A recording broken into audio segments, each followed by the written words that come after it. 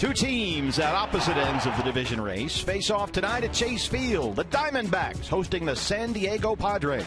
The D-backs send Randall Delgado to the mound tonight against crafty lefty Eric Stoltz. The Diamondbacks only a half game back of the Dodgers for the division lead, and with a series win against the Padres, they might find themselves back on top. Game 1 versus San Diego next.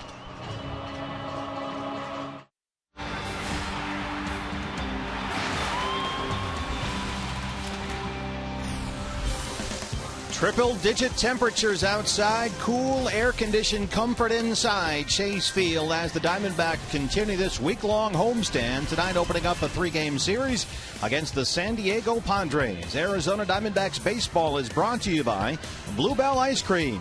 53-49, the Diamondbacks only a half game off the National League West lead. Good evening from Chase Field and welcome to the broadcast. Steve Berthune, Bob Brenly along the way. BB, good news last night. Paul Goldschmidt went hitless in a ball game. Now I only say that because they still found a way to win and other guys contributed offensively, notably Aaron Hill. Yeah, Goldie's been carrying this team since day one, but slowly but surely guys are starting to get it going. And in Aaron Hill's case, when you consider the number of games that he missed, the number of games he played on his rehab assignment, and the number of games he's played since coming back, he's right about it opening day right now. So I look for Aaron Hill to really take off. Gibby gave him a couple days off to recharge his battery. It looks like it worked. And the pitching rotation continues to work better and better as the season wears on here. Last night we saw Wade Miley really gut out a win after taking one off the knee. And when they were facing a sweep in San Francisco the last time Randall Delgado started, he stepped up and won the ball game. Randall Delgado has really settled into that rotation. We're not sure what the rotation is going to look like a week from now, a month from now, but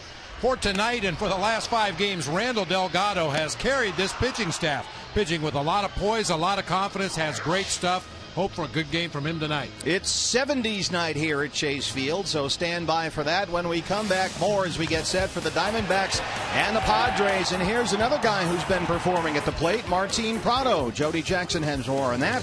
When we continue, you're watching the Arizona Diamondbacks here on Fox Sports Arizona. First pitch coming up.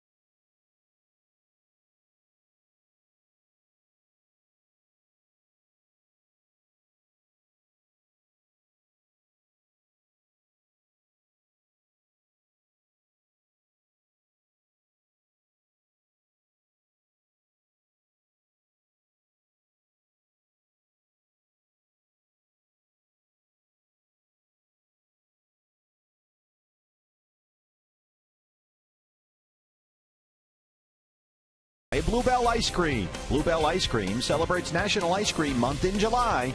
Try our newest flavor, Rock Slide Brownie, and celebrate with us today. And by Fulton Homes, you're proud to own, we're proud to build. Ready to get the week.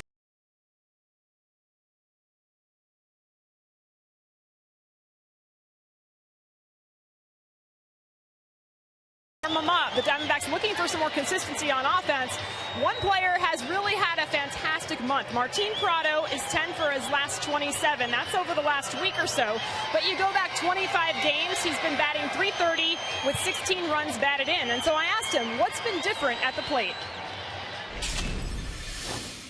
Right now, one of the biggest thing that I'm doing, just being patient. I'm not rushing myself, and I'm not trying to overdo things with my swing. I feel like right now I just trying to, taking my stride. I'm not worrying about like swinging the first pitch sometimes. So I'm picking my spot. So just being patient, just give me the opportunity to hit, get a pretty good pitch to hit. And that is our Geico quote of the game from Martin Prado, who also has changed his routine over the last 3 weeks. He's really cut down on a lot of the extra work. He says that has also helped him. Well, stay tuned. Coming up next, back inside the division for the Arizona Diamondbacks, Randall Delgado, his first start against San Diego, and Eric Stoltz, who has had one very good outing against the D-backs and one not so good. Stay tuned.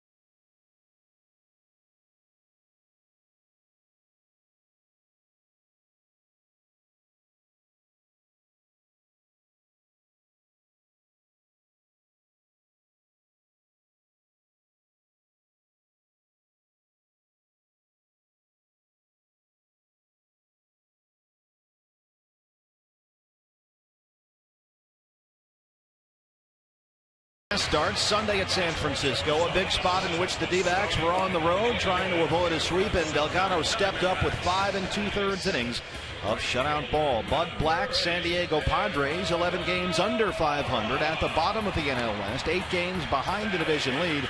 And for San Diego, Bob, this is the final stop on a long 10-game road trip. They've been through St. Louis, Milwaukee, and now here at Chase Field over the weekend. One of 3 10-game road trips the Padres will have this season. They started with Everett Cabrera at the top, Chase Headley in the 2-hole, Carlos Quentin swinging a hot bat in the 3rd spot, Yonder Alonso, big-time power hitting cleanup, Jed Jerko, Will Venable, Alexei Amarista, Nick Hundley also swinging a hot bat lately, and Eric Stoltz, left-handed pitcher on the mound for the Padres. Well, you have to watch out here for Everett Cabrera, National League All-Star at shortstop, and he has become one of the more dynamic players in the NL West, and this is age the 26th season. He will lead it off against Randall Delgado, his 9th appearance, his 8th start, 2-3, the ERA under 3.5. He's had the odd start where he's been a little too hittable, which is the reason you see the high whip over league average, but that's a bit of an outlier. His control has been outstanding. A strike thrower, a walks per 9 innings rate that was over 4 per 9 last year is below 2 per 9 as a Diamondback. And with Cabrera making his way into that left-handed batter's box, you can expect the third baseman for sure, maybe even Paul Goldschmidt, to cheat in a little bit. This guy has 7 bunt hits on the season, blazing speed. He leads the National League in steals. First pitch up the middle. It's off the glove of Cliff Pennington, and Cabrera's aboard. He thinks about taking a big turn, but he'll stop there. Right up the middle, no chance for Cliff, and right away a base hit against Randall Delgado. And now you have to watch out. 35 stolen bases on the year. He leads the league. Swung at a pitch out of the strike zone, got just enough of it to get it up the middle of the field. Even if Cliff Pennington comes up with that ball cleanly, I don't believe they're going to have a play on Cabrera with his speed. 35 steals. He's been caught 8 times. Here's Chase Headley, also a switch hitter. And he swings at the first pitch. It's 0-1. Headley at 236. He's been something of a puzzle this year. 7 home runs. He has hit safely in 6 of his last 7 games. His batting average was getting steadily worse every month this year, but that trend has finally reversed itself here in July. He's hit almost 290 this month.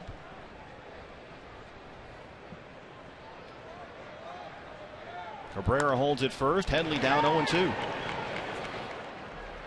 Well, this is not your father or grandfather's Padres team. In the past, they've always been built around pitching and defense, and will figure out a way to score a run or two. They are dead last in the National League in team ERA, right in the middle of the pack offensively. And they play great defense, too. Diamondbacks have made 47 errors this season. The Padres only 51. A foul there by Headley, who last year won a Gold Glove, a Silver Slugger, and finished 5th in the MVP voting. This year, he's a .230 hitter, and it's been kind of a strange season for him. He opened up on the DL with a thumb injury, and then his batting average started dropping in large chunks every month. He had one 48-game stretch during which he hit only 180.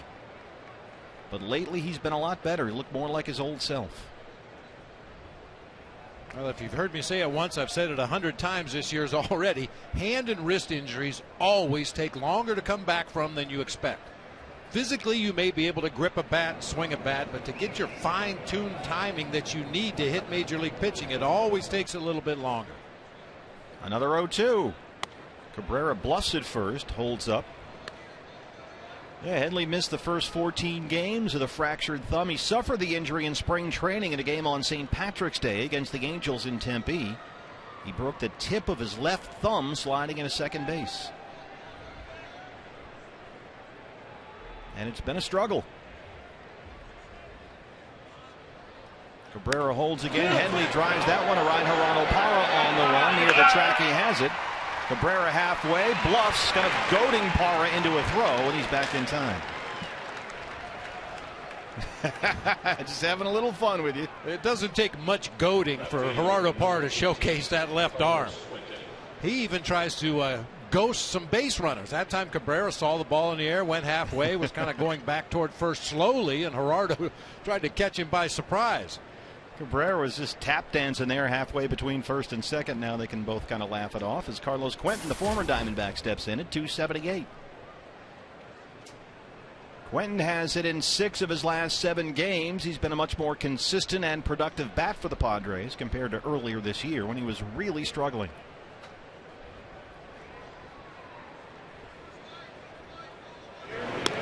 Yeah, through his first 38 games this season, Quentin hit only .211 with 5 homers. From June 1st until today, he's hitting .329 with 8 homers.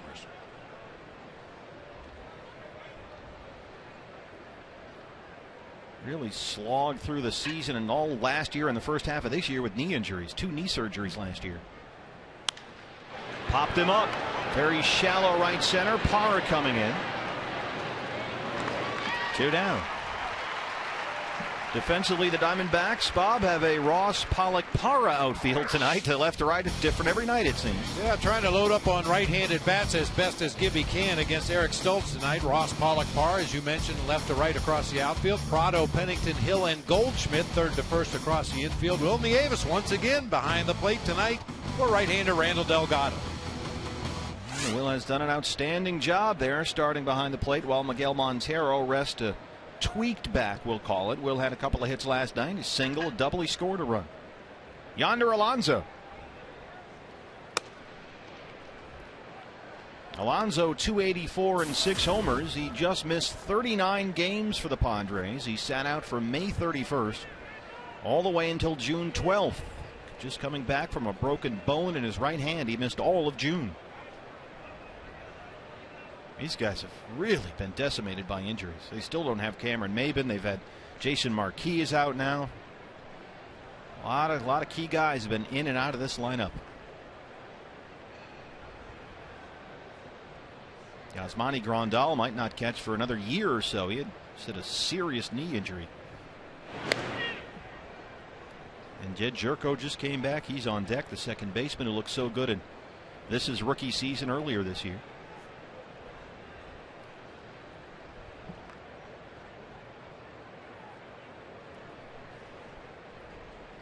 One 1-0. Cabrera still holding in first, misses there. 2-0. Alonso has hit 286 in just 10 games since returning from the hand injury. Only one extra base hit. And the injury couldn't have come at a worse time for Yonder Alonso. He was off to a terrific start, on pace for the best season of his young career so far. Swing and a miss there. 2-1.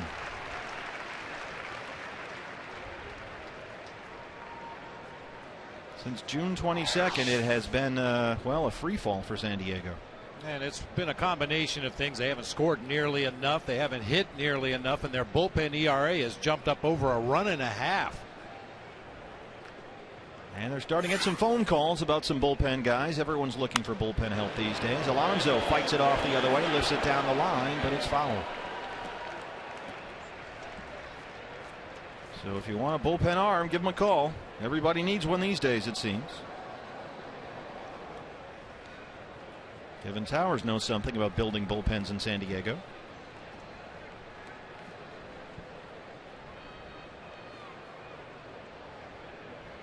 KT, sit down and relax. Not right now. Not with a trade deadline less than a week away. He's pacing. He's got a cell phone in every pocket. You better believe it. He's also keeping an eye on Brandon McCarthy. Brandon is pitching tonight for Reno in a rehab start. Keep an eye on that up here. Update you from time to time. And a lot going on here. Trade deadline coming up Wednesday.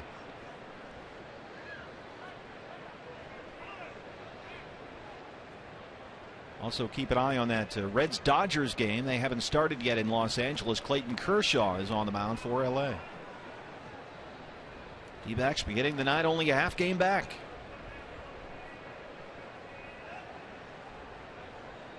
Getting healthier, getting improved pitching performances. Wade Miley really gutted one out last night.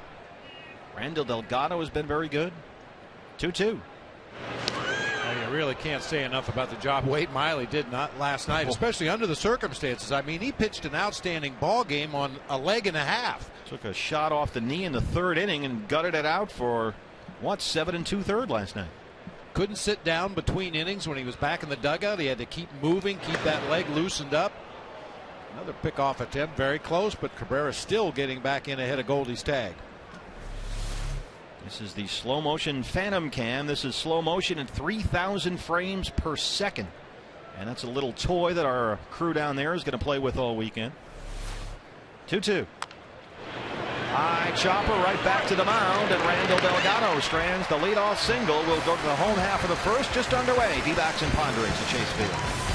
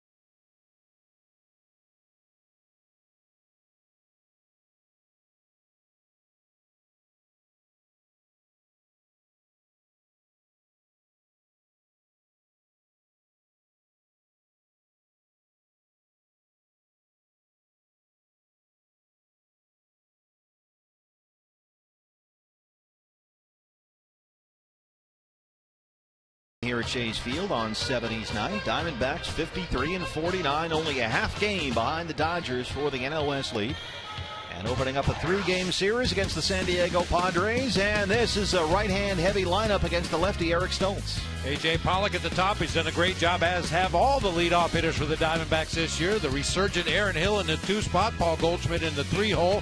Prado, Ross, Nieves, Parra, Pennington, and Delgado make up the bottom of the batting order. 22nd start for San Diego's Eric Stoltz. He comes in with a record of 8-8, an ERA right about 3.5. He has shown excellent control this year. Only 28 walks in 133 innings. He is striking out on average more than 5 batters per 9. Adding and subtracting. This guy should be a math teacher. He'll put a little extra on his fastball, take a little off his fastball, do the same with his breaking pitches. You're likely to see as many off-speed deliveries as fastballs tonight.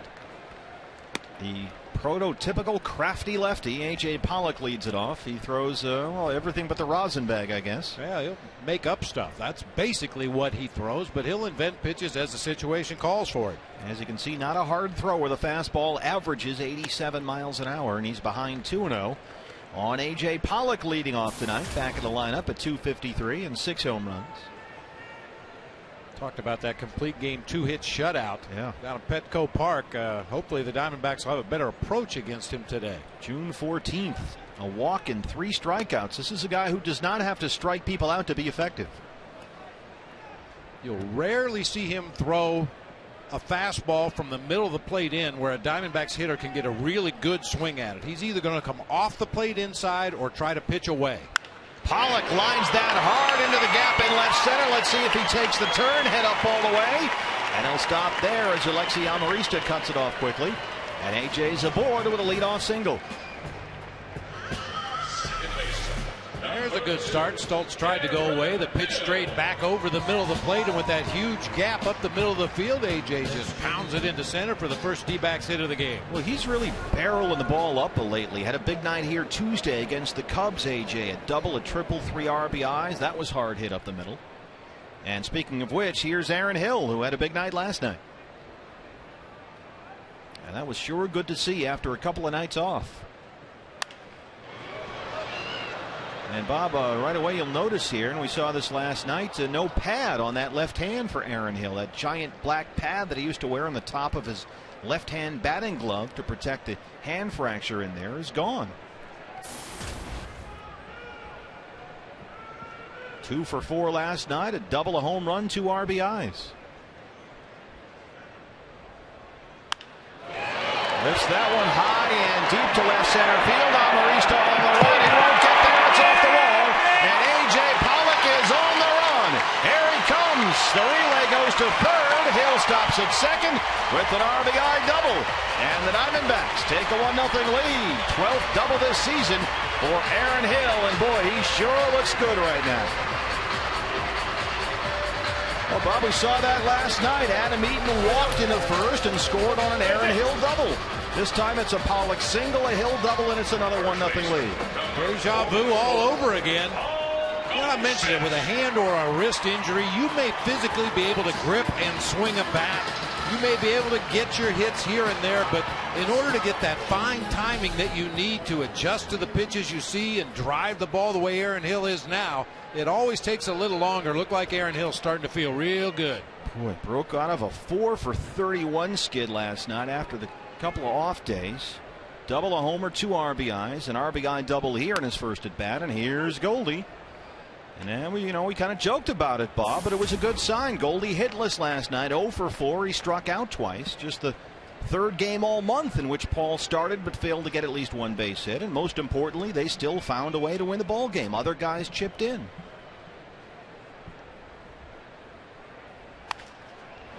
And don't think that went unnoticed. A lot of scouts at the 4 games against the Chicago Cubs the last series, and making notes, and you put down at the bottom of your score sheet last night, Paul Goldschmidt 0 for 4. Well, wait a minute, they won. How'd that happen? Well, because other guys are starting to pick it up, and the league's going to start to notice.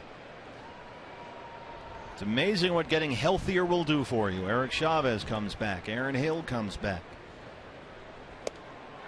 Oof, Goldie chased one there, and there's the strikeout. Don't see him chase balls like that often, Bob. Well, it looks so tempting. I mean, as straight as a string, four-seam fastball up there above the letters. Probably look like a beach ball coming in there, but just sneaky quick enough to get it by you if you chase pitches out of the zone. And here's a guy who has really swung a hot bat lately, Martin Prado, at 261 and 9 home runs. And this is Martin's first start all season, batting in the cleanup spot. Martin Prado, a member of Queen, also on 70s night here.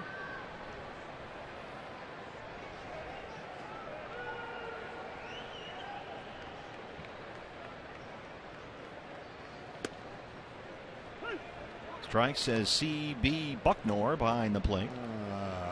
Martin Prado, easy big fella. He's hit most often this year in the 2nd, 5th, and 6th spots, but never before this year in the 4th spot. In fact, this is just the 4th time in his career he's ever started a game batting cleanup. Lays off that slow ball. Prado 3 for 13 in his career batting in the 4th spot. So we'll see how this works out.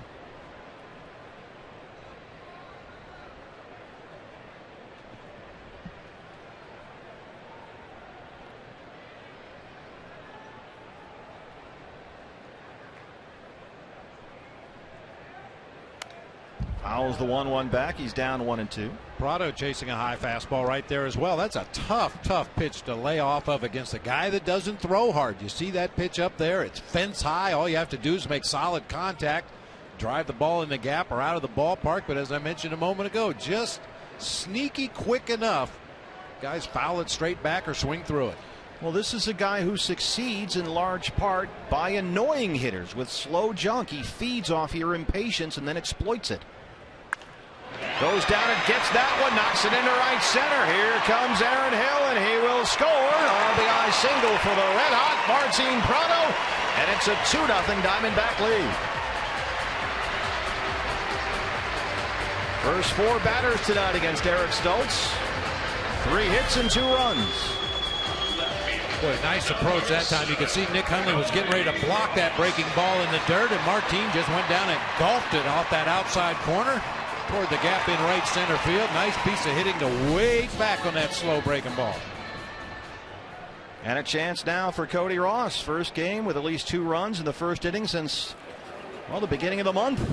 Way back at Citi Field. It's the Royals in surprise back in spring training. Surprise, they did it again. Here's Cody Ross, and this is obviously a good matchup for Cody. Got a very sort of junk balling lefty here, so this should be right in Cody's wheelhouse at 259 on the year. 372 though against left-hand pitchers, and we've talked about this season. Cody just kills lefties.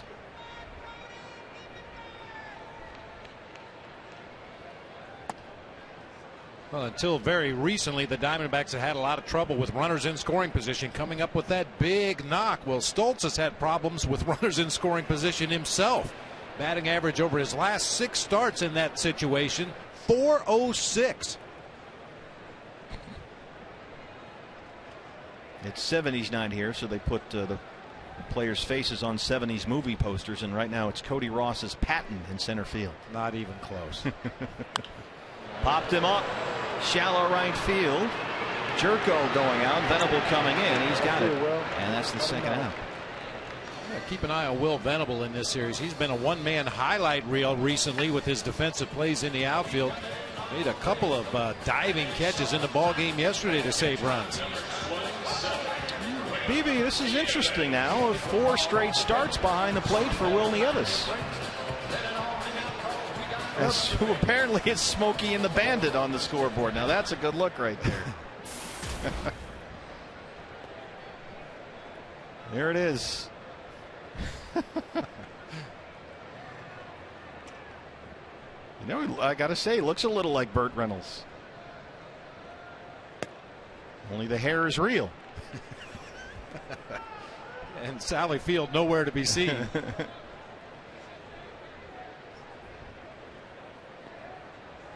That man is a maniac.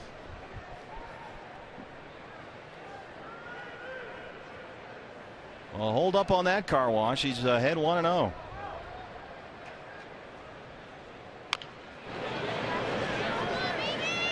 do you think 4 days off in a row for Miggy here? I don't think it hurts anything. I mean, Will Nieves has more than carried his share of the load offensively. He's done a nice job behind the plate the last 4 games. And the reality is, the Diamondbacks are going to need Miggy in the second half of the season. They're going to need him to step up and start swinging the bat and taking charge of this pitching staff behind the plate. And if it takes an extra day or two resting that tight lower back, then so be it. You have to look at the big picture. You know, that's the thing. Sometimes you can get such tunnel vision. You really just have to sometimes step back a little bit and realize we've got a couple months to go in this season, a lot of baseball left to be played, and Miggy's going to be a big part of it. So in order to have him at his best the rest of the way, if it takes an extra day or two right now, Kirk Gibson is willing to do that. Game number 103 tonight. Miggy's back there just fidgeting, playing with his gear, trying to keep busy. Got the shin guards on in case they need him. You know, he doesn't like sitting out like this, but it's probably the best thing for his back, that's for sure. 1-2.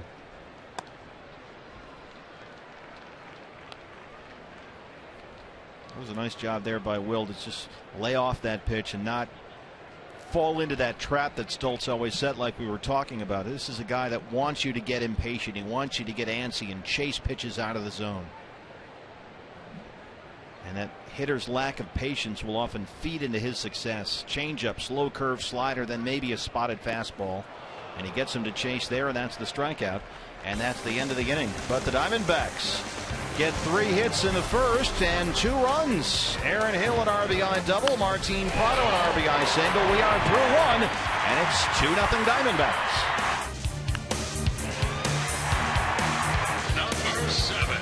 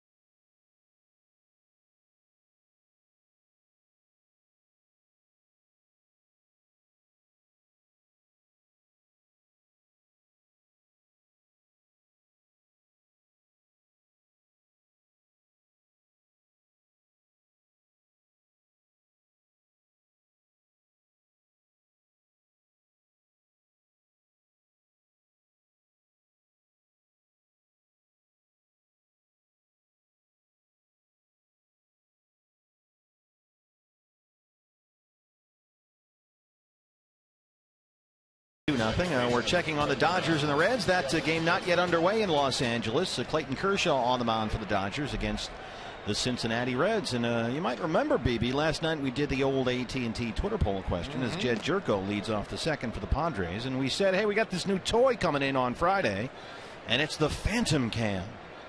And this is it's quite a little toy. We've been going nuts with it all day.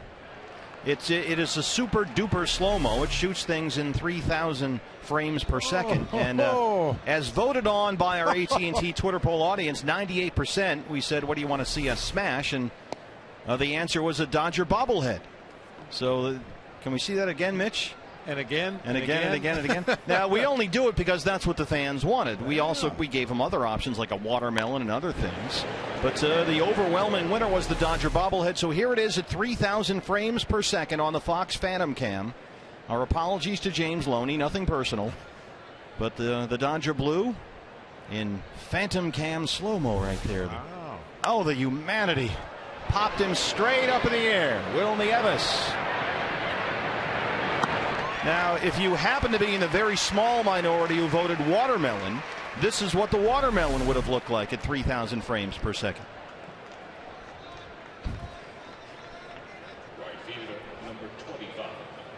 It's amazing we had time to televise the baseball game with all these guys screwing around with this thing. But it was like a Gallagher concert down there on the field. And there is the Phantom Cam that shoots the slow-mo. It's a 3,000 frames per second, so we've got that to play with this weekend for you. And we'll slow as many things down as we can. Hopefully not the game, but everything else. Will Venable. Sounded like he broke his bat very shallow left. Cliff Pennington, boy, he can really cover some ground out there. And if you voted egg, can you tell they had a little too much free time? They were excited to use this thing today. This is what the egg looks like at 3,000 frames a second. Suddenly this has become the old Letterman show when they drop stuff off the roof. Oh, that is just picturesque. You know what they told me during the break? They said, all right, we're going to show the Dodger bobblehead, but if we have time, we'll show the other stuff. There was no way this wasn't getting in. Here's Alexi Amarista. 100 different fruits and vegetables will be mangled here tonight in super slow motion. So what do we got left, Mitch? The water balloon. This was the other option, the water balloon. We'll save it. I'm told this is the best one. Here's the 1-1 to Alexi Amarista. All right, here's the water balloon at 3,000 frames a second on the Phantom Cam. Oh, that is cool. That is funkadelic, man. Appropriate on 70s night. I see what you did there. 2-2. Our director Mitch Riggin was here at 6 this morning. Couldn't wait to use that thing. We're going to try to use it on an Eric Stoltz changeup and see if we can actually get the ball to stop in midair. Randall Delgado. A 1-2-3 second. He's retired 6 in a row, rolling along with a 2-0 lead.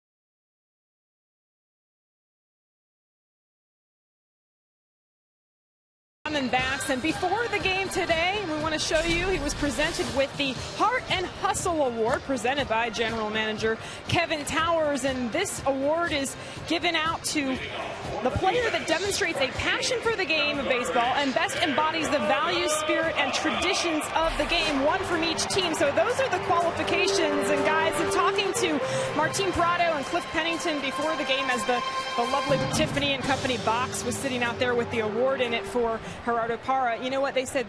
We all like to believe that we hustle out there, but he is the poster boy, and no better example than July 1st against the Mets when he had no regard for his body, and dove and face planted on the warning track. And then what did he say after that when we knew he was okay but really banged up? He said, I didn't catch the ball. That was his greatest disappointment that night. And so congratulations to Gerardo Parra.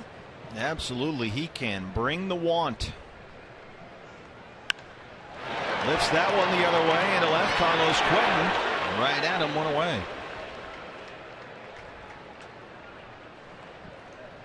Shortstop number 4, Cliff. So Eric Stultz, who gave up 3 hits and 2 runs in the first, gets a quick out to open the second, and here comes Cliff Pennington. Back in the lineup tonight after a pair of hits in last night's win over the Cubs. Didi Gregorius getting another night off against a left-hander. Cliff Pennington ready to jump in there and do his part to help the team win a ball game. You talked about it earlier. Defensively, he has been nearly flawless out there, getting the balls that a lot of guys don't get to. Never makes a bad throw. Yeah, I always knew he was a good defensive shortstop. I didn't know he was this good. He is elite level, just solid, and not flashy, which I think is why he goes somewhat underrated or unnoticed in terms of his defense. Hard to right. Venable drops in front. 4th Diamondbacks hit tonight. Cliff Pennington, couple of hits last night, picks up right where he left off. Well, solid and consistent play are not the kind of things that draw attention to yourself or draw attention from other people that are watching. Yeah. Inconsistent and flashy will get you on some highlight reels, but what Cliff does is just go out and keep his nose to the grindstone, make the plays, help his team win. Those highlight shows, what do they know? Randall Delgado.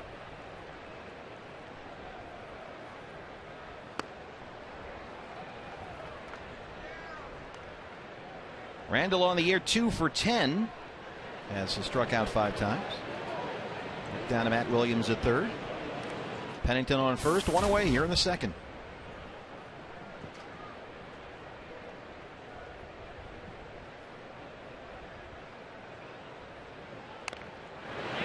Gets the bunt down. Nicely done. Little confusion there between Stultz and Hundley throws it up the right field line. And here comes Cliff Pennington. There's the throw, and he's safe. Padres throw it away, and it's 3-0 Diamondbacks.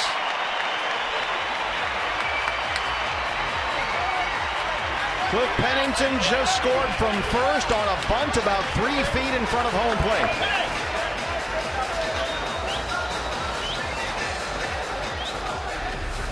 Probably a couple of errors on this play, possibly a couple of errors. Right here, there was some confusion. Nick Hundley was calling for it. Stultz bent over to pick it up and then backed off the play. Hundley then had to rush his throw. Gets all the way down the right field line. Pennington had slowed down around third base, but Matty Williams was waving him in there. You see that throw hit off the thumb of the mid of Nick Hundley and get away. Keep the pressure on. They rule that E2, error on the catcher, Nick Hundley behind the plate. Pennington scores the 3rd run. And here's the top of the order, A.J. Pollock with Delgado standing at second base.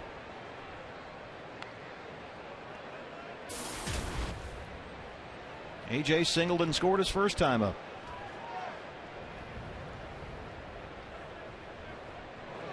So 2 in the first and 1 here in the second.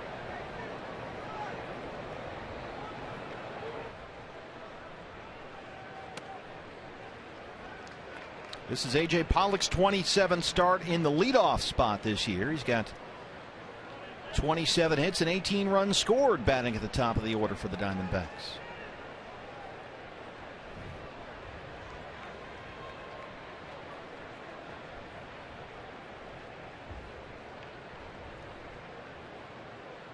And with A.J. barreling everything up and Adam Eaton scoring almost every time he comes up, he scored a run, it seems. Diamondbacks, Bob, getting some real productivity out of the top of this lineup every night. Well, there's a reason you have those guys at the top of the order. Ideally, they get on base a lot over the course of an evening, over the course of a series, over the course of the season for that matter, and then that sets up your lineup.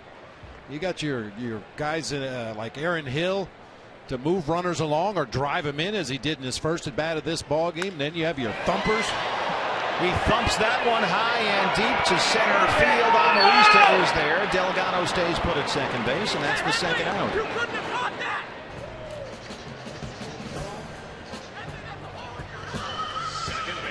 We're at the taco and a half mark. Anytime the D-backs score 6 runs or more, Taco Bell is giving away 3 free tacos with the purchase of a large drink between 4 and 6 the following day at participating locations. Oh, this is really unfortunate. Look at that. That's just 9 different kinds of wrong right there. How's he supposed to hit like that? You can see it in the plate. I mean, it's right there in center field.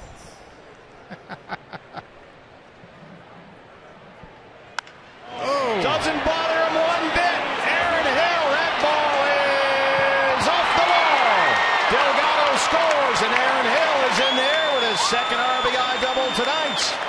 And it's 4-0 Arizona.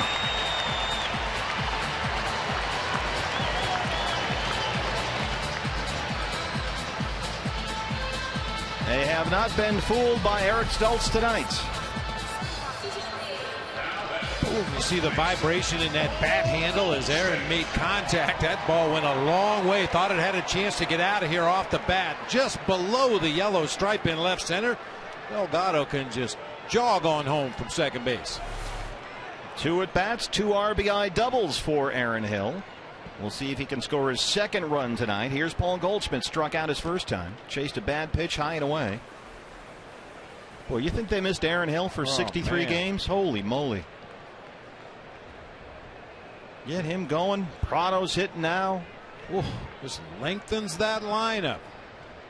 Get all the pieces in place, really, for the first time all year. And that rotation gets healthy. The bullpen has settled down for the most part. This thing will take off. There's a 66-mile-an-hour slow ball. He drops in there, 1-1.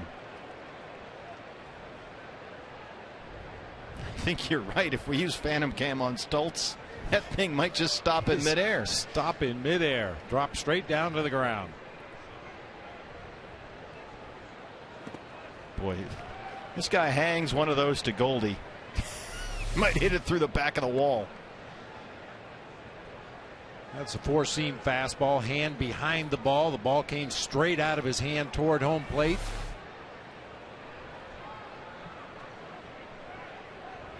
Paul Goldschmidt leading the National League, 83 RBIs. He's hit safely in 5 of his last 6 games. Here's the 2-1. Now, this guy will make you scratch your head. Goldie's up there right now thinking, how in the world did I just get jammed with a pitch that was 80 miles per hour? But it happens. That's a changeup grip there. You see the middle finger and ring finger involved in the grip.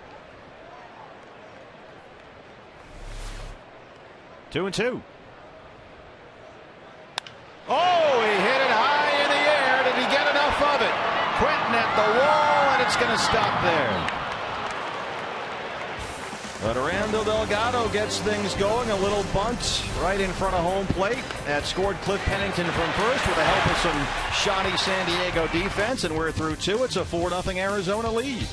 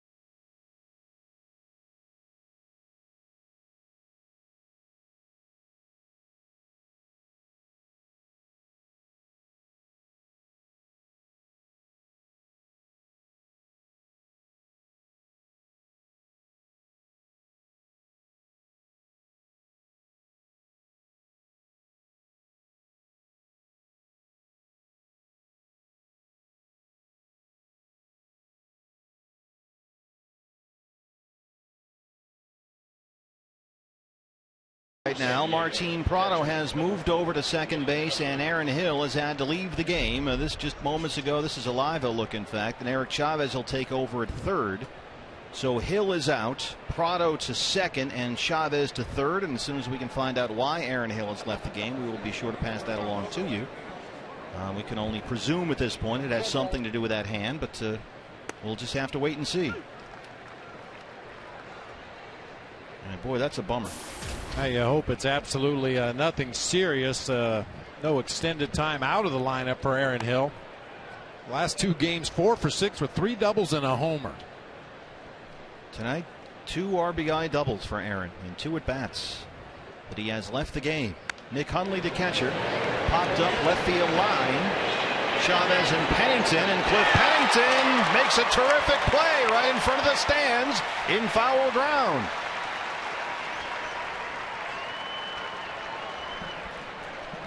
Now let's take a look at if we can see if anything happened with Aaron Hill. This is right after the double. He's just hit the ball. He's rounding first.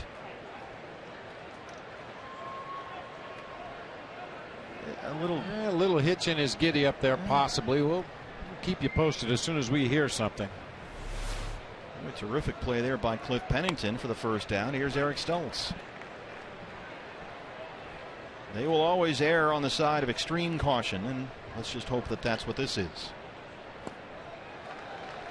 Eric Stoltz getting a dose of his own medicine there from Randall Delgado. Nasty changeup at 81 miles per hour had Stoltz way out in front.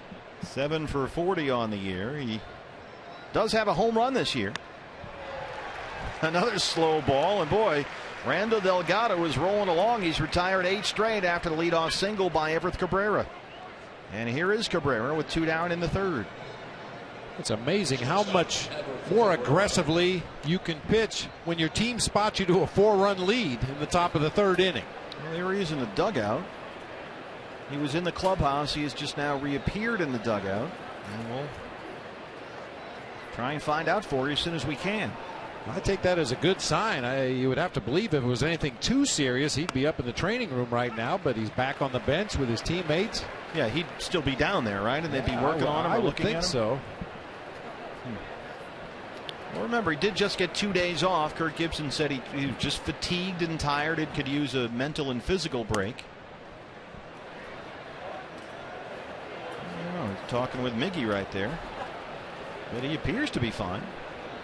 And we will wait for some kind of word. In the meantime, it's 1-1 to Everth Cabrera, who singled his first time up.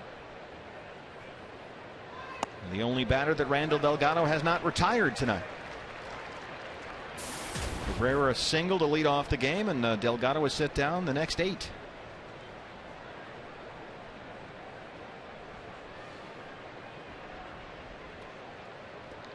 And this guy is no easy out. Since June the 1st, he's hit almost .330 and been getting on base at a .400 clip. Chops that one to second. Prado is there in place of Aaron Hill.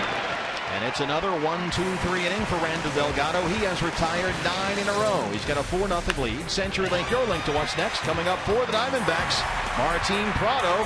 He's been on a roll. It's 4-0 D-backs.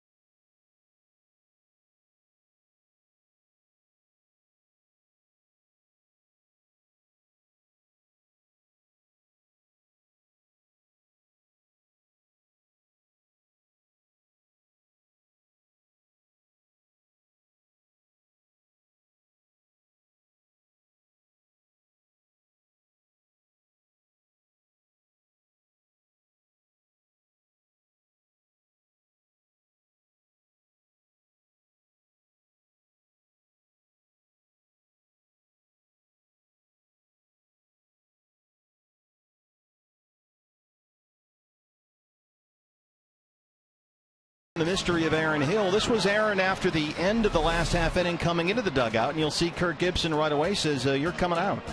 Yeah, apparently Gibby saw something he didn't like, and as much as Aaron Hill tries to plead his case right there, Kirk Gibson had already made his decision to slide Martin Prado over to second base and insert Eric Chavez at third. Once again, hopefully nothing too serious. And Aaron certainly seems fine. He looked puzzled a little bit, but Gibby does that a lot. I've talked to him about that. He'll watch the way guys run, and if they look tired or fatigued or frustrated, or if they're fighting it, or any of those things, he'll look at body language, and he'll make a decision based on that as to whether a guy is frustrated or slumping or tired or injured. And he just saw something he didn't like there, apparently, from Aaron Hill. Jody Jackson has more. In fact, Jody. That's right, Steve. Kirk Gibson just came over and told me that he has a tight hamstring. And so, yes, it seemed that Aaron Hill looked perplexed there, but Kirk Gibson making that decision to remove him from this game right now.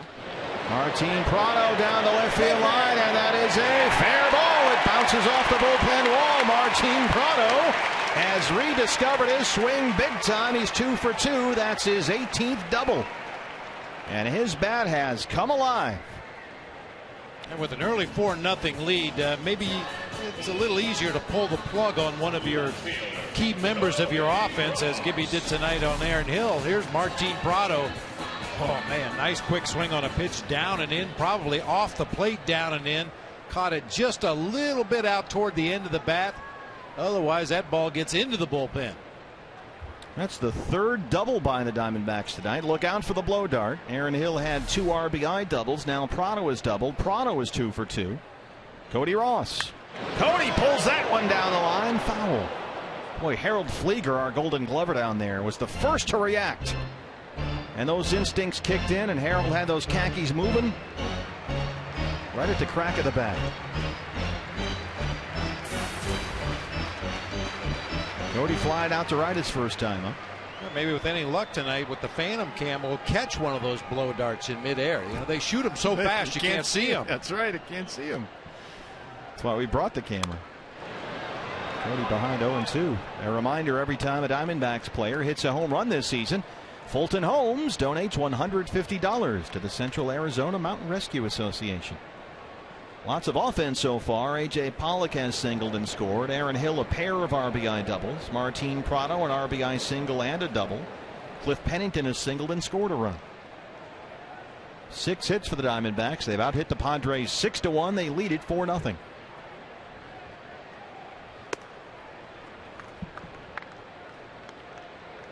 Cody Ross, 372 against left-hand pitchers this year. That's in 94 at-bats.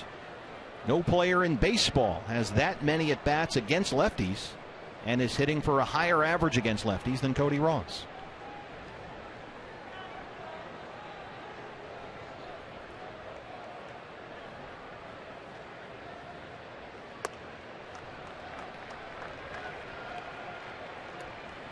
Well, this got to be a tough one for the Padres. I mean, they're 11 games under 500.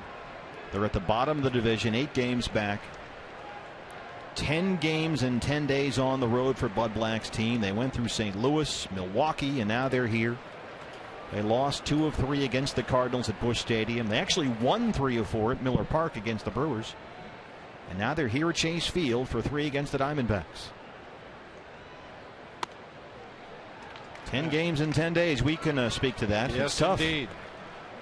I mean, the Padres in the month of April went 10-16 to immediately dig themselves a pretty deep hole, but then came back in May and June with 15-13 records in both months. Struggling here in July, however, 6-15 coming into play tonight. 3-2 to Cody. Sounded like he broke his bat right to shortstop. Cabrera's there, and that's the first out. Martin Prado to third.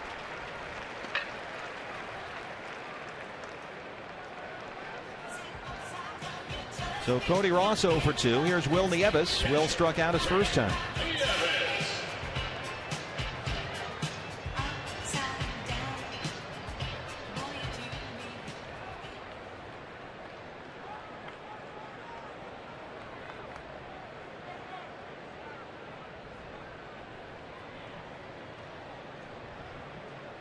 Padres will bring their infield in here. Good opportunity for Will Nieves. Drive a ball through that infield or get it in the air to the outfield. Well, that's how he struck out the first time, just swinging at that junk. And you can see, look at him, look how frustrated he is. This is feeding right into what Stultz does. This is how he's successful when he is pitching well. He gets guys angry and mad and impatient.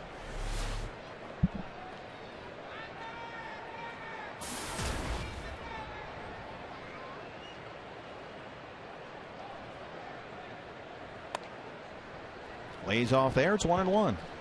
Now, Will is a little bit of a diver, what I would call a diver. He kind of has a mechanism where he gets started a little bit and then gets out on his front foot sometimes. And against real slow ball pitchers like Stultz, you can be very vulnerable. You get out on that front foot, get your hands started too early, like we saw on the first delivery. And you don't want to alter your mechanics too much just for one night against one pitcher. You know, in the back of your mind, you know Eric Stultz is going to throw you a lot of off-speed pitches. You try to stay back as best you can, but if that's your mechanism to get started in the batter's box, you want to stay as consistent as you possibly can. 2-1. High chopper foul. Right into the Diamondback dugout. D-backs got 2 in the first. Aaron Hill an RBI double. Martin Prado an RBI single. They got 2 in the second.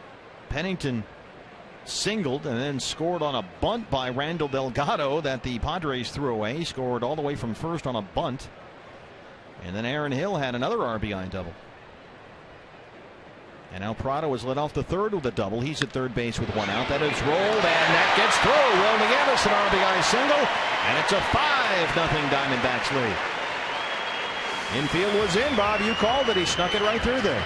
Well, you just have very little range when that infield is drawn in. That ball wasn't hit particularly hard, but it was far enough to the right of Jed Jerko that he just couldn't get to it. Saw that bat kind of bend a little bit at the point of contact. Not a picture perfect swing from Will Nieves, but effective nonetheless. Was that kind of a dive there? Oh yeah, he was out on his front foot once again. His hands had committed, but able to stay back just enough at the very end to hit it off the end of the bat and get it through for an RBI.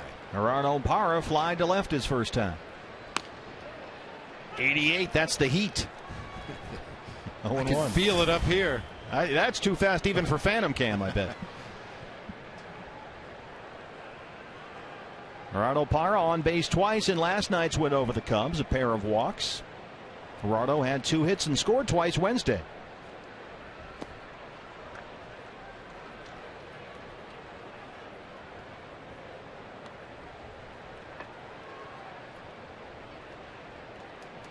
Martin Prado a double, went to third on a Cody Ross ground ball and scored on the Will Nieves single. So another run in here. The Diamondbacks have scored in every inning so far. 2 in the first, 2 in the second, and 1 here in the third.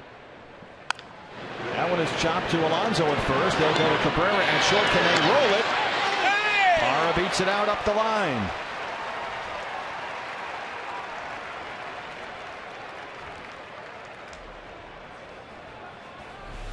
Really tough to turn that 3-6-3, especially with the right-handed throwing first baseman. If you've got a lefty there, he just picks up that ball and fires it to second base, but the right-hander has to turn his body, get the ball to the shortstop, and just too much time elapsed.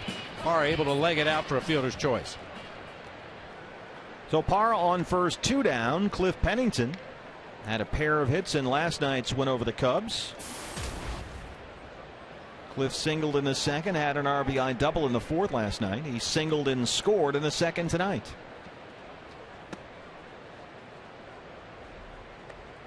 Tell you what, Cliff Pennington back on May 27th was hitting 193 for the year. And since then, he's hit 274, raised his average for the year by nearly 40 points. Good crowd here at Chase Field tonight. Come join us this weekend. D-backs and Padres, the chase for the NL West title.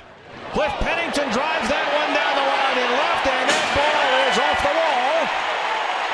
Here comes Gerardo Parra. The ball rolls around on Quentin out there. Parra scores easily, and Cliff Pennington has his 10th double this year. It's a 6-0 Diamondbacks lead.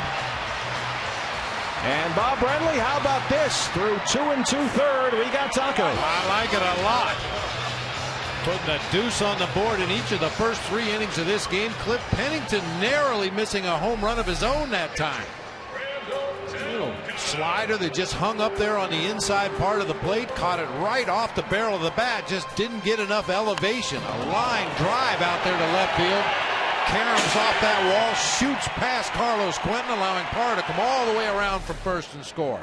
Cliff Pennington, a single, a double, an RBI last night. Cliff Pennington, a single, a double, an RBI tonight. Randall Delgado.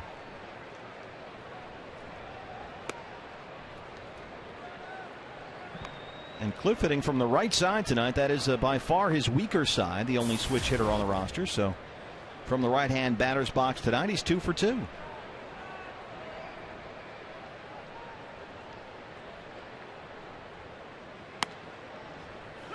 Six runs in the ball game already through 3 innings. Stoltz had given up only 5 runs in his last 3 starts. He may have to go out there and wear it for a while here. And he's a guy who can go the distance on you if you let him settle in and get into a rhythm. He went all the way in a 2-1 win over the Rockies July 9th. That was 3 starts ago. Gave up only 4 hits. And he's been very good lately, and now he's hit a speed bump tonight. Mentioned that complete game 2-hitter June 14th against the Diamondbacks. There's Randall Delgado and Bruce Lee. June 14th at Petco Park, a walk and 3 strikeouts. D-backs did beat Stoltz the other time they faced him this year. This is the 3rd meeting. That was here at Chase Field, May 24th. That was a 5-2 Diamondbacks win.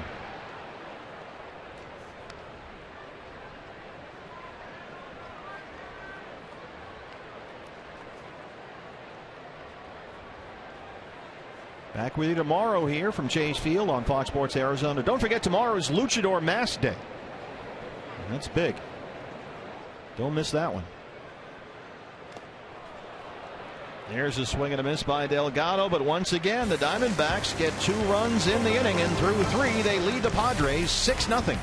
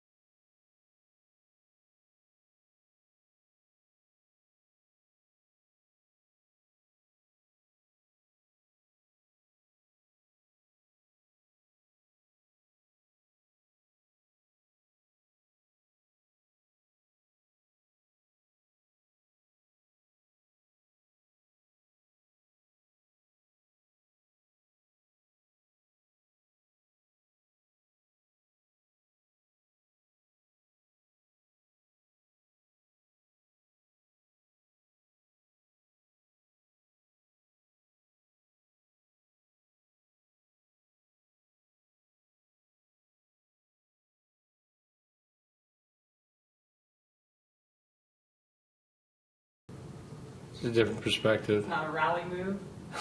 That's worked pretty good. And yesterday, the first time I went down there, Hill hit a home run. And the day before we were coming back, I was down there. We scored 6 runs. So I don't think that has anything to do with it, though.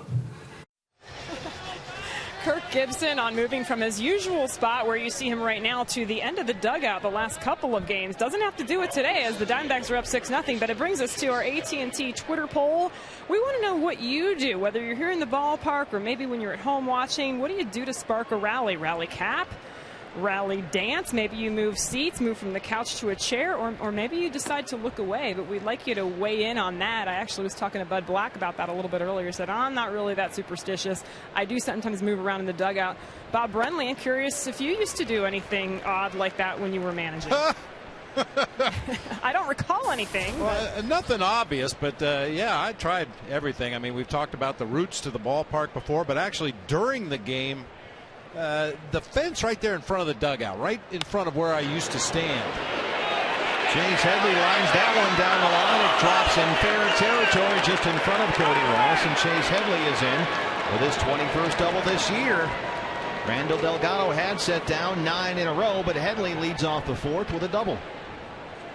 Yeah, you see that the mesh between the pads there. If you kind of squeeze that together, you put your fingers in between those little holes and kind of squeeze them together different ways. I just had some mathematical designs I used to put in those things, and if a player would foul a ball over there, I'd have to do them all over again. Didn't help much, but I found what really helped is if you have good players and they play good. Wasn't there something with Matt Cata's bat? Yeah, that was during RJ's perfect game down in Atlanta. I just found myself sitting on the bat rack and kind of tapping on the handle of Matt Cata's bat, and RJ just kept setting Braves down one after another, and it got to the point where I didn't want to move. I was afraid to move. So I sat on the bat rack for the last 4 innings of the ball game with my hand on Matt Cata's bat. Proving once again there were no hits in Matt Cata's bat. Well, apparently not. I'm sorry. Here's Carlos Quentin, who fly out his first time. We're told there is some more news, as Jody mentioned earlier. Right hamstring tightness for Aaron Hill, just a precaution, so he's out of the game after a pair of RBI doubles. High chopper to third. Chavez in for Prado, who was moved to second after Hill came out, and that's the first out. If you think Gibby or you think I had a lot of things, Bob Melvin, boy, when he was my bench coach, he used to keep the pens in the freezer, first of all. I don't know. Don't ask me how it got started, but we started to win some games, so the pens went in the freezer every night at the end of the game, and we'd get them out the next day, so the ink had time to thaw out by game time. There was a guy whose job it was to thaw out the pens. Oh, Mel was in charge of that. He didn't want anybody else to touch those pens. At one time, A&W root beer barrels, you know, little hard candies.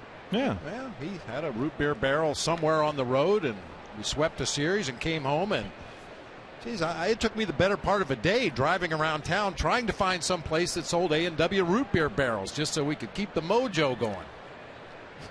That's a very productive use of time. Well, I'll tell you what, there's been a lot worse done in baseball. These probably the most superstitious athletes of any.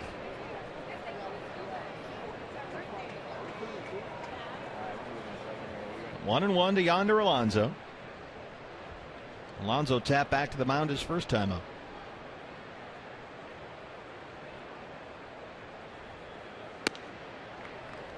I don't know if you noticed right there, Will Nieves, as Randall Delgado was looking back to the runner at second and picked up home plate, just kind of shaking that glove. Get it in here. Give me that fastball inside.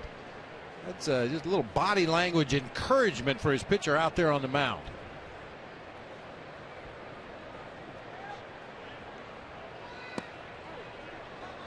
Getting a little frustrated right now, having trouble locating, and he's behind 3-1.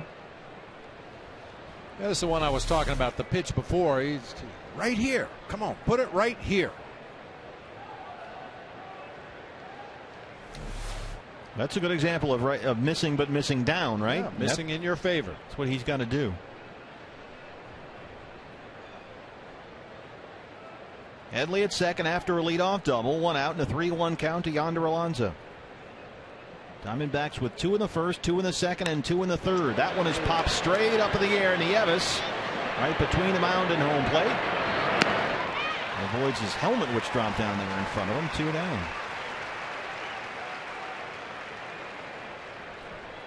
The more I watch Randall Delgado, the more I like him. Just, it's not flashy. It's not real sexy. It just works. Guys that can locate a fastball and have a good straight changeup, you can be effective at this level. I mean, his breaking ball is not bad, but you'd have to say it's his third best pitch. You can get by with a good fastball if you put it where you want, and a good changeup if you keep it out of the middle of the plate. Jed Jerko. He popped up to the catcher his first time. Oof, that'll work.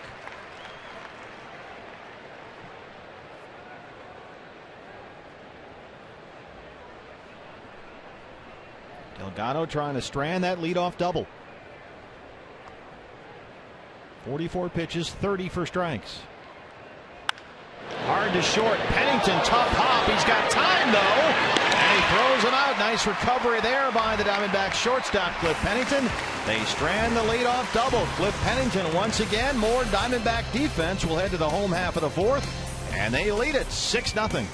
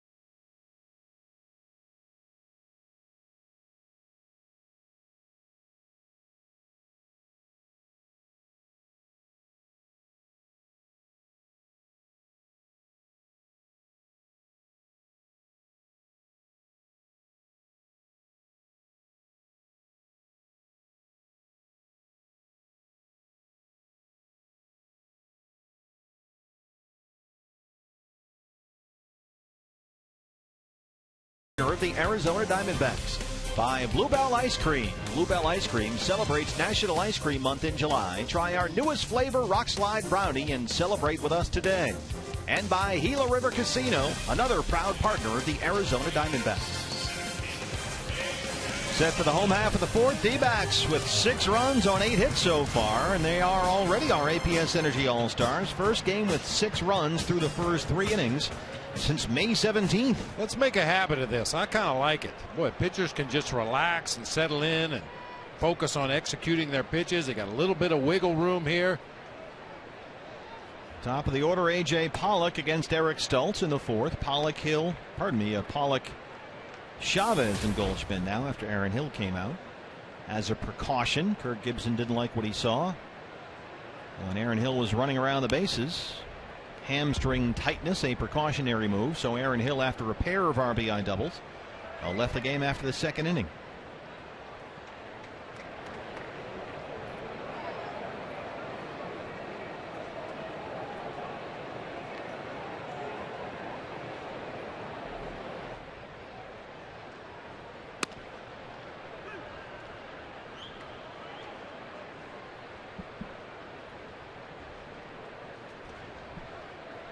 One and two.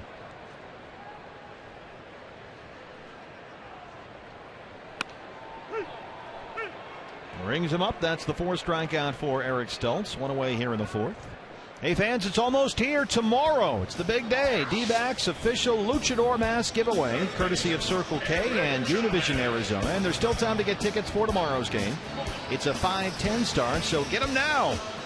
Come down to Chase Field tomorrow. Get your D-backs Luchador Mask. Call us at 602-462-4600 or log on to dbacks.com/lucha. And you too can look like Dennis Lamb in your very own official Circle K Univision Arizona Diamondbacks Luchador Mask. Thumbs up.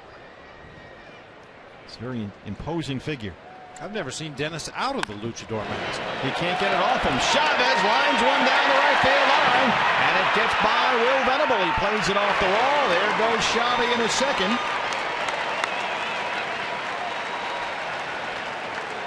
I guess if Diamondbacks' 5th double. If you bat in the 2nd spot in the order, you have to hit a double. Aaron Hill had 2 before coming out of the game with some tightness in his hammy, and now Eric Chavez bangs one down into that right field corner for a double of his own. 3 doubles in the 2 spot.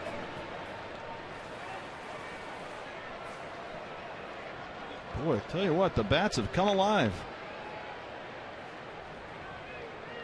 5 doubles for the Diamondbacks tonight, 3 of them by the 2-spot hitters, Aaron Hill and now Eric Chavez. Here's Goldie 0 for 2. He was 0 for 4 last night.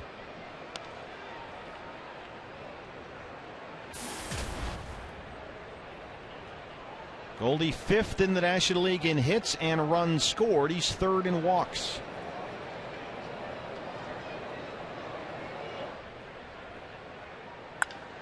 Drives it down the right field line, but it slices on a play. And quickly he's behind 0-2.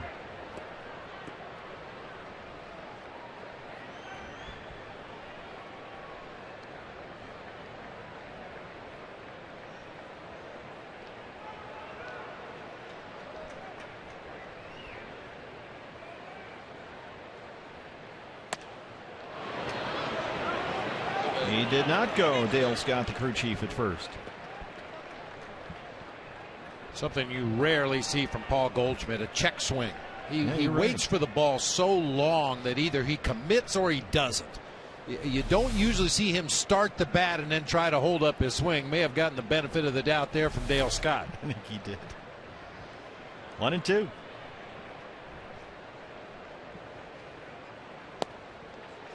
Yes, he's just kind of a little bit jumpy. I mean, Goldie is so locked in against what I would call a traditional pitcher, a guy that throws in the low to mid 90s with a hard slider and an occasional straight changeup. It's like he's just struggling to find the right rhythm in that batter's box against the soft tossing Eric Stoltz.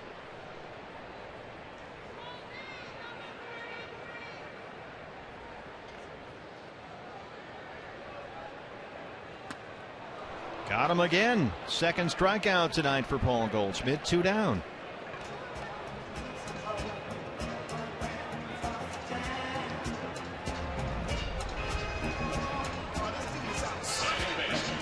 Brings up Martin Prado, who, boy, is on fire lately. RBI single in the first. He doubled and scored in the third. 2 for 2.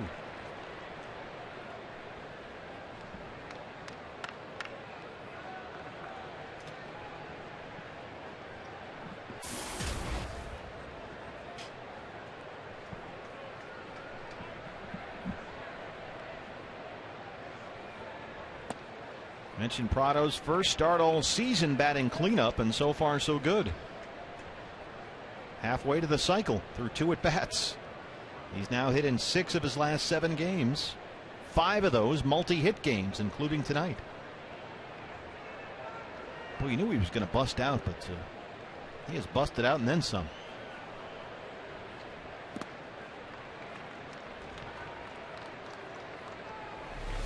Here's Goldie after the strikeout. Might be a problem with a bat. No, that one's out. Bad bat. You think there's anything really wrong with that bat? Well, it didn't work. There doesn't have to be. If you think there is, get rid of it. 2-0.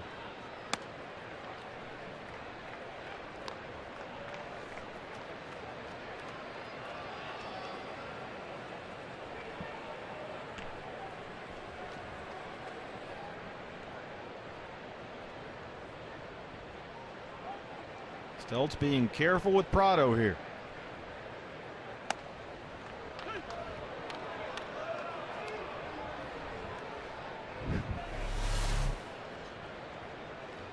Wow. C.B. Bucknor. How about that? Last 7 games, 12 hits, 4 for extra bases, 6 RBI in his last 7 games. 3-1. There's the base on balls. Prado aboard for the 3rd time tonight.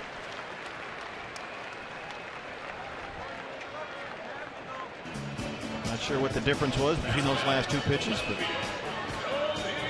I got somewhere at home. I have a book called I believe it's called Scorecasting, and it talks about little oddities that happen in different sports. And one of them, one of the chapters deals with the 3-0 count and the 0-2 count in the game of baseball.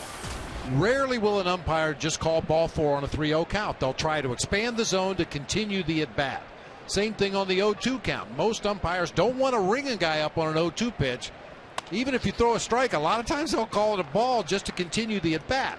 Now, I'm sure umpires would argue that, but statistically they've done studies that go back 20, 25 years. I have to find that book because that's right in your wheelhouse. I'm surprised you don't have that memorized. Well, I did it one time, but I'm losing several of my faculties. Cody Ross. I don't want to misquote it, but you get the gist of the story, and I'll get the book and I'll let you know exactly what it says. It also talks about hitters in a 3-0 count and how many times. I mean, you're one pitch away from being on base, but how many times once you get to that 3-0 count and strike one is called, guys don't reach base. And it's all you'll love it. It's all a statistical analysis of all these various counts, and it's very interesting. But I can't remember any of it right now. And that's this week's book review. Literary Corner with Bob Renly. That's right. 1-1 to Cody Ross. Comes with crayons.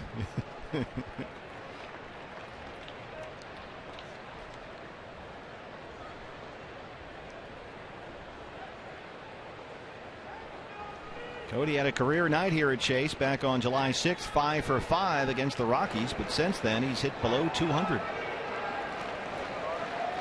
And he's kind of searching for it up there right now.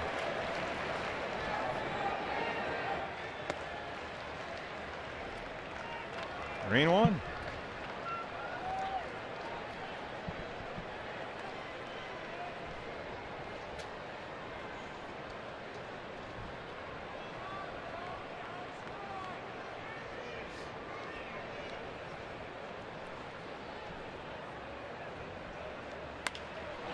High in the air and drifting out of play. Foul ball.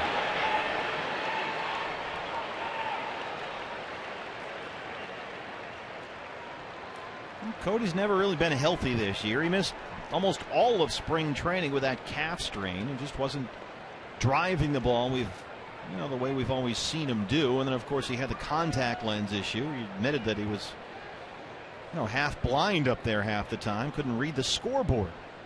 His eyes would dry out with a contact lens issue, and he's taken some steps to solve that problem, but it's been tough going here. 3-2. Runners on the move, up the middle. Here comes Eric Chavez. He will score. Prado to third. RBI single for Cody Ross, and the Diamondbacks take a 7-0 lead.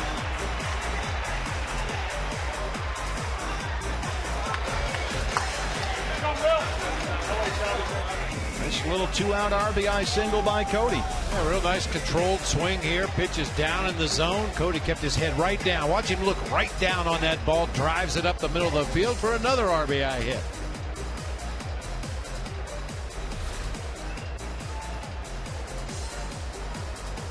So right now the only starter who has either not had a base hit or been on base is Paul Goldschmidt, 0 for 3.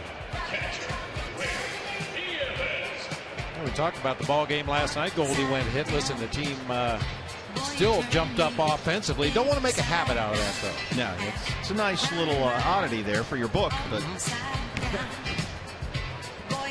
it's just a good sign when other guys are coming around.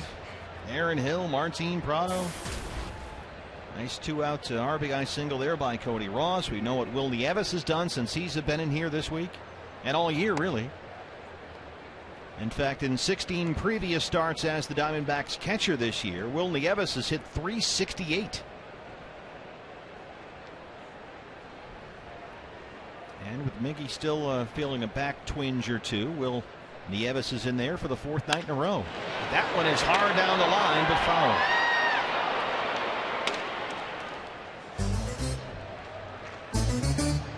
Three games against the Cubs, all 3 starts for Will. He went 6 for 14.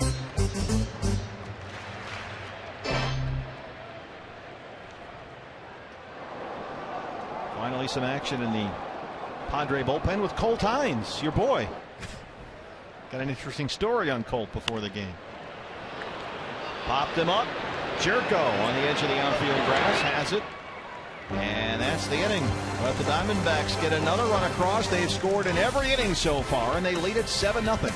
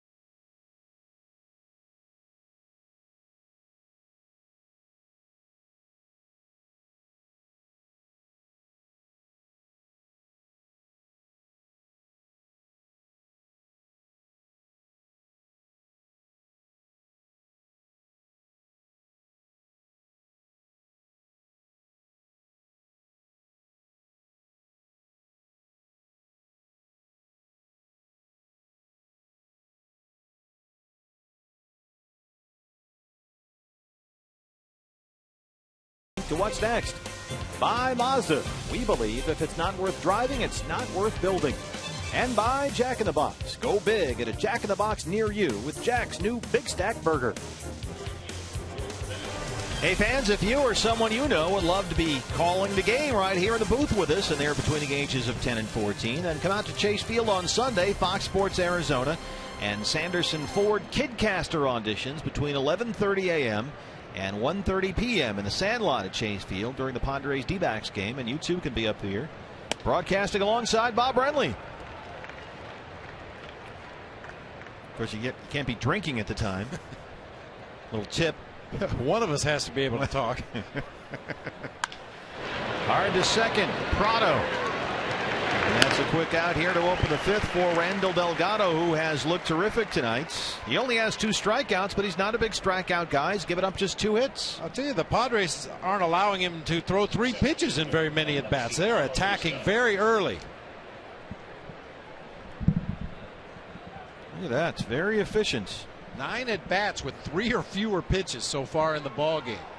Here's Alexi Amarista, the center fielder, struck out his first time. Randall Delgado has allowed 3 earned runs or fewer in every one of his 7 starts this year. And boy, do they need him. He showed up at the right time. There's that off-speed pitch, which works so well for him. When he gets into trouble, it's when he gets the ball up.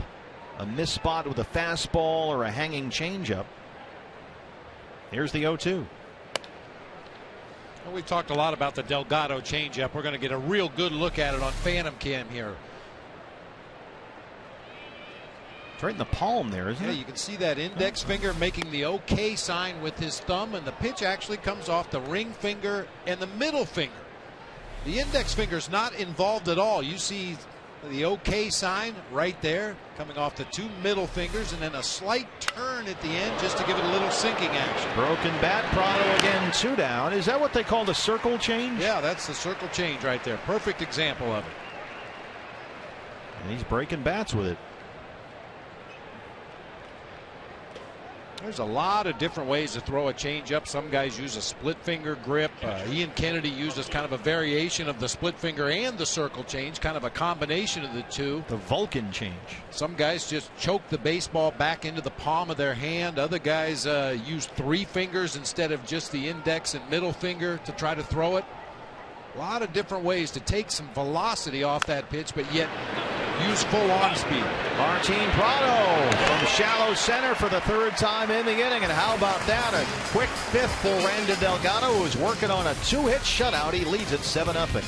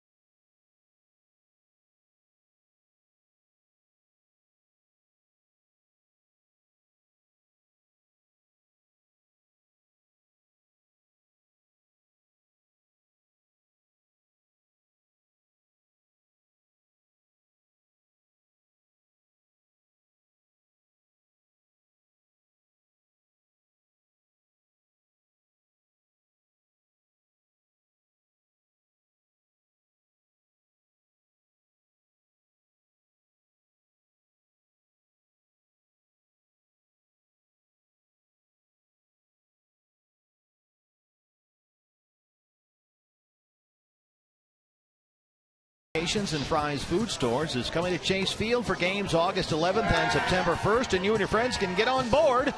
So stop by this month's participating Cox retail store in Tucson and Fry's Food in Globe, and you can enter to win a couple of seats on the Fan Express bus. They pick you up, you ride to the game, you wear Sedona red, you watch the game, they drive you back, the whole thing.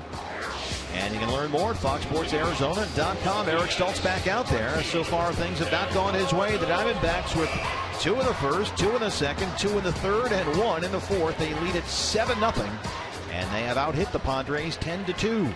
Yeah, Bud Black used 6 relief pitchers in the ball game yesterday in Milwaukee, 10-8. Go get him, kid. Yeah, so Stoltz is going to have to give him a little length here in the ball game today.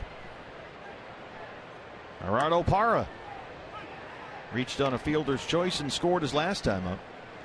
Remember when we were talking about superstitions and how you were doing all kinds of weird stuff with pens and root beer candies and stuff? Well, our good friend Steve Gilbert, who writes for MLB.com, covers the Diamondbacks, wrote a story about that not too long ago, back in the day.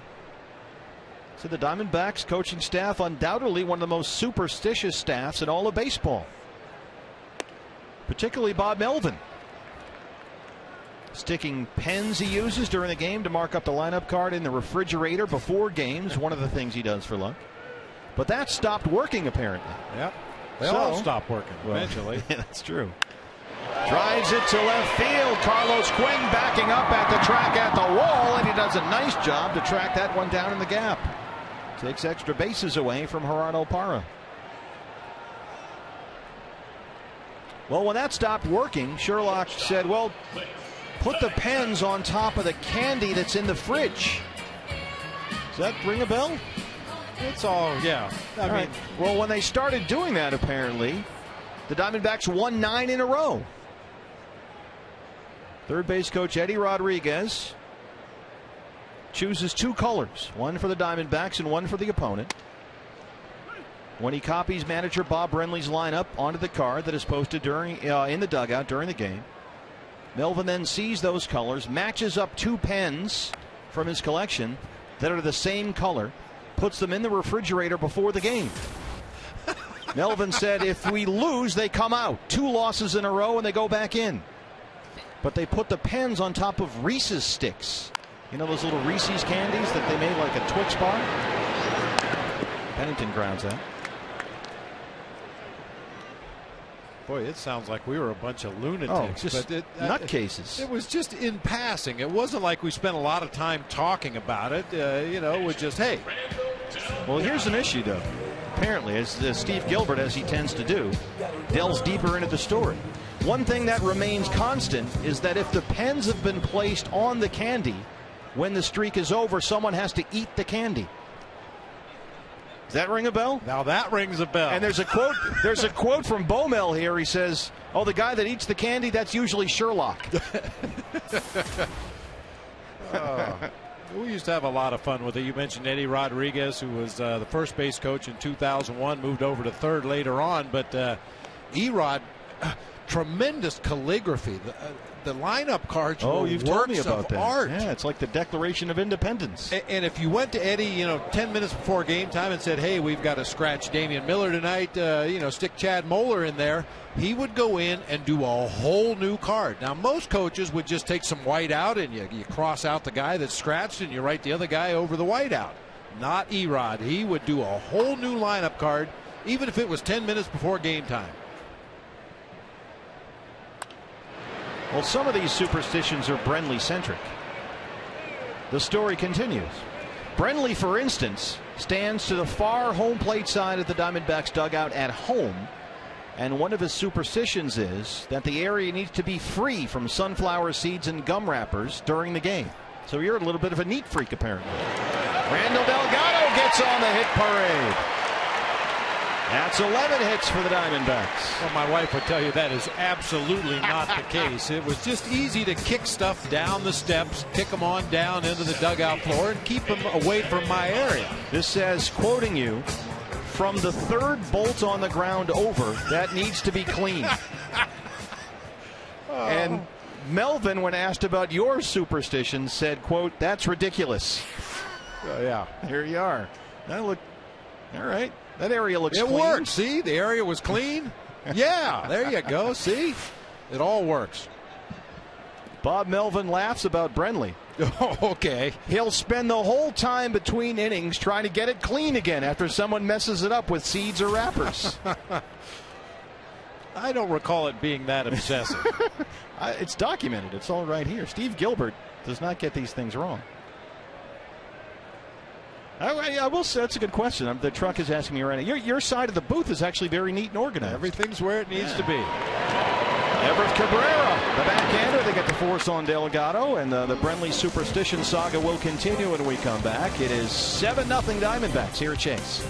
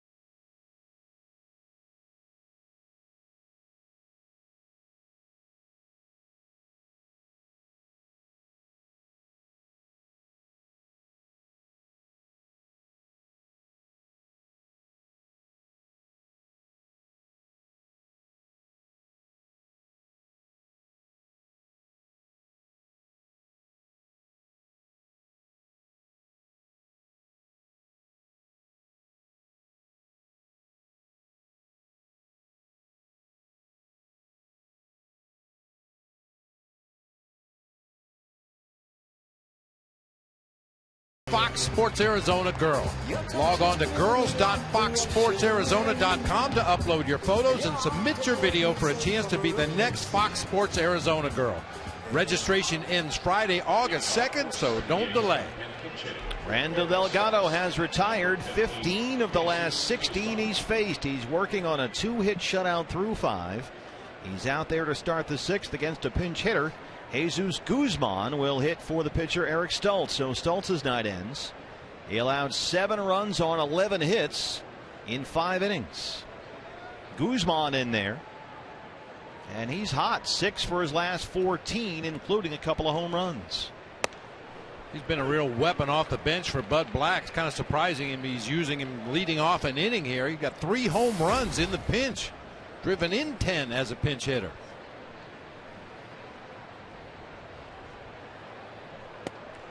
Yeah, 7 for 30 pinch hitting with the 3 homers. And he's had a very good month, hitting over 300 in July. He's got 4 homers and 12 RBIs in 19 games this month. Now, would the feeling be that down 7-0, why not wait until you have, say, 1 or 2 guys on base and then go to Guzman if you're going to use him and try and get the big hit and get back in the game? That's what you usually see. I mean, even if Guzman would happen to come off the bench here leading off the 6th inning and put a 900-foot homer, it's still 7-1. There may be a situation later in the game for Bud Black where a Guzman home run could possibly bring them back into the ball game. Delgado ahead 1-2. Got away with one there. You may have noticed once again Will Nieves, after he gave his sign to Delgado, pointed to the dirt out in front of home plate. He wanted that 2-strike curveball bounced in front of home plate trying to get a chase strike, and Randall just kind of rolled it up there in the middle of the plate. That one is out to left, Cody Ross.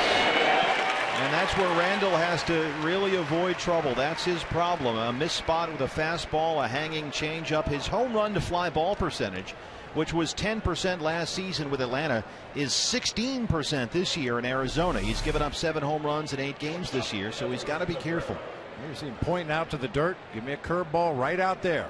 Bounce it in front of home plate, and unfortunately Randall rolled it up there in the middle of the plate. Fortunately, Guzman fouled it off. Everett Cabrera 1 for 2. He singled to lead off the game. And since that single by Cabrera to lead it off, Delgado has retired 16 of 17. Now, during the break, I had an opportunity to continue reading the Steve Gilbert Brenly superstition story. And I don't want to leave this out, so I'll quote from Steve's piece. It says, "There is one superstition of Brenly that Melvin and Rodriguez agree is valid, and that's the skipper's tendency to knock on wood whenever he thinks things are going well." Here's the 0-1. That's chop foul.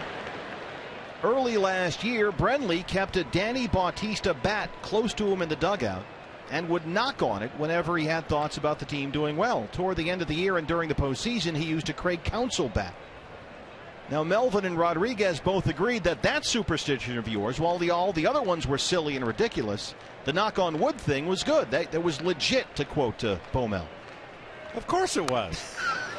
And not only would I have those bats, but they wouldn't be in the bat rack. I would have them up on the top step leaning against the dugout right there, so they were close by in case we needed a little extra mojo. There's Steve Gilbert, responsible for the Bob Brenly celebrity roast tonight. Knock on wood seems appropriate on 70s night, the great Amy Stewart song. Popped him up.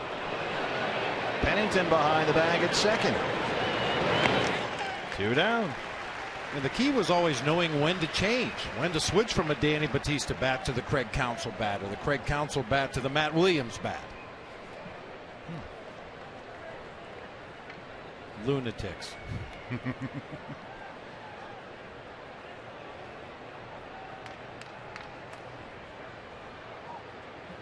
I'm sure it has something to do with wearing a hat every day of your life. Chase Headley. There is some really wacky stuff in here. There's a story about Bob Melvin, who apparently, now you can back this up, would post the lineup card on the bulletin board with thumbtacks, and the thumbtacks on either side of the board had to be arranged just so. Yeah. What's that about? I have no idea. You just don't fight somebody else's mojo. High hopper, Cliff Pennington behind the bag, and Randall Delgado has got this thing rolling. A 2-hit shutout through 6. CenturyLink, your link to what's next. The Diamondbacks with lots of offense so far. Let's see if we can keep it going here against the Padres.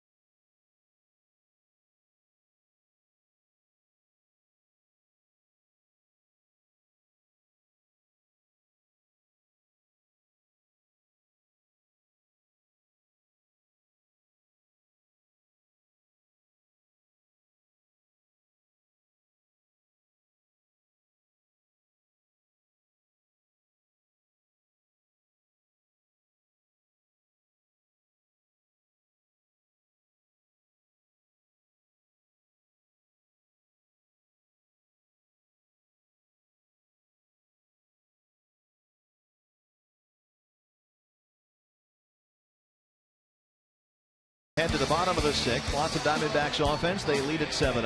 And the new pitcher for the Padres, the young left-hander, this is Colt Hines, who made his major league debut in the final game of the first half on Sunday, July 14th against the Giants. Just called up from AAA Tucson earlier this month. He was pitching well down there. 1-0, an ERA of 1.80, 42 strikeouts in 31 innings, or 31 outings, I should say. Lefty's hitting only 147 against him. He'll face Eric Chavez, Paul Goldschmidt, and Martin Prado here in the sixth. His given name is Joshua Hines. He lives in Weatherford, Texas. High pop up to center field. Amarista. 1 away. Time to update the AT&T Twitter poll question, talking about superstitions and how do you spark a rally. Well, 69% say the old rally cap. Speaking of wearing a hat all your life. Yeah, pretty tough to beat Old Reliable, the rally cap. Well, if that's his given name, how does he get the nickname Colt? Well, apparently his father, who, by the way, was a rodeo clown, he needs to talk to Cody Ross at some point. His dad was a big fan of the TV show back in the early 80s called The Fall Guy with Lee Majors. Yeah, when Lee Majors was the stuntman. Colt Seavers was the character's name on that show, and his dad was a big fan of that show. So even though his given name is Joshua Hines, everybody has always called him Colt. After The Fall Guy. Yeah, how about that? It's one of those nights. Goldie so far 0 for 3, struck out twice. Goldie and Gerardo Parra, the only ones in the lineup tonight, including Randall Delgado, who have yet to get a base hit. Although Parra did reach on a fielder's choice and score a run back in the third.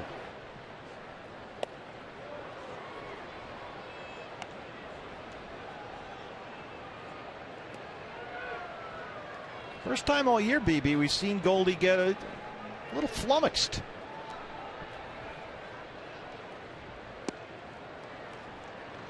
I just mean a little frustrated, a little kind of peeved out there. I just think the concentration of off-speed pitches that you see when you face Eric Stoltz is the one thing that kind of gets Goldie out of his rhythm up there, his setup at the plate, his timing. Because we certainly haven't seen it against any other pitchers in the National League so far this year, but a little frustration tonight. We mentioned Brandon McCarthy getting a rehab start for the Reno Aces tonight. Reno and Tacoma tied up at 1 in the bottom of the 5th inning. McCarthy pitched 5 innings, given up 4 hits, 1 unearned run, struck out a batter, walked a batter. All right, so that's good news. That's real good news. Trevor Cahill had a start the other day, had 9 strikeouts. 66 pitches through 5 innings. Martin Prado having a big night. He has singled, doubled, and walked.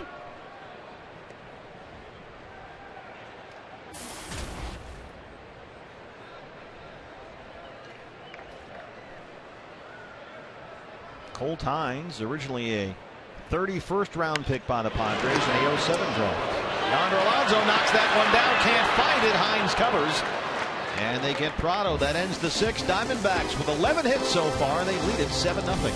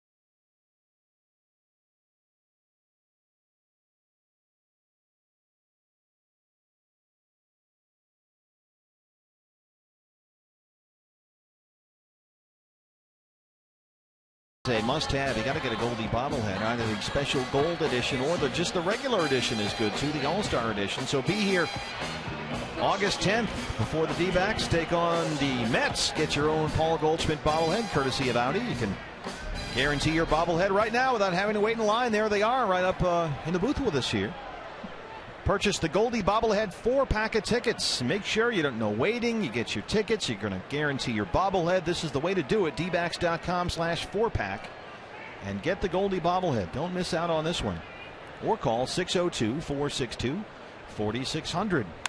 Carlos Quentin leads off the 7th against Randall Delgado, who has pitched an absolute beauty here. Everth Cabrera led off the game with a single. Chase Headley doubled to lead off the 4th, and that has been it. Delgado has 2 strikeouts. Those are the only 2 base runners he's allowed. He has retired 18 of the last 19 he's faced since that Cabrera single to lead off the ball game.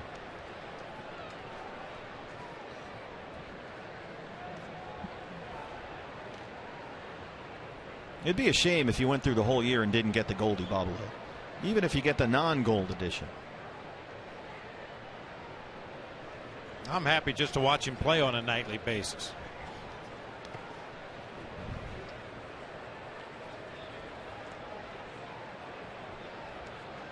You got any bobbleheads at home from the D? You must have a dig me. They call it a dig me room. That ex-players often put all their stuff in one room, and they call it a dig me room. I have a few dig me boxes out in the garage. I have a lot of stuff. I just don't have it displayed. Nothing on a wall or anything? I do have the press release of the day I was named the manager of the team, and I have the lineup card from our first game at Dodger Stadium. But the rest of the stuff just hasn't made its way up onto the wall yet. Chase that one. There's the strikeout. The 3rd strikeout for Randall Delgado. 1 away in the 7th. You do have one pretty good souvenir. Yeah, I just carry it around on my right hand all the time. You don't have to put that on a wall. That's always the best way to go. Yeah, they kind of hang your stuff up here for you at the ballpark when you win a World Series. Have people that do that for you. Yonder Alonso.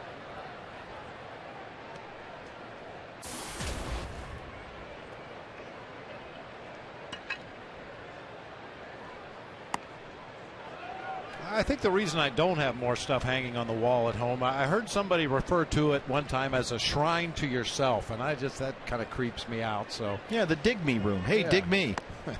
Got your jerseys on the wall and pictures and stuff, which is fine. Yeah, sure. 3-0. Ooh, there's the 3-0 strike. CB Buckner grants that one. First walk issued tonight by Randall Delgado. And the Padres have a 1-out base runner.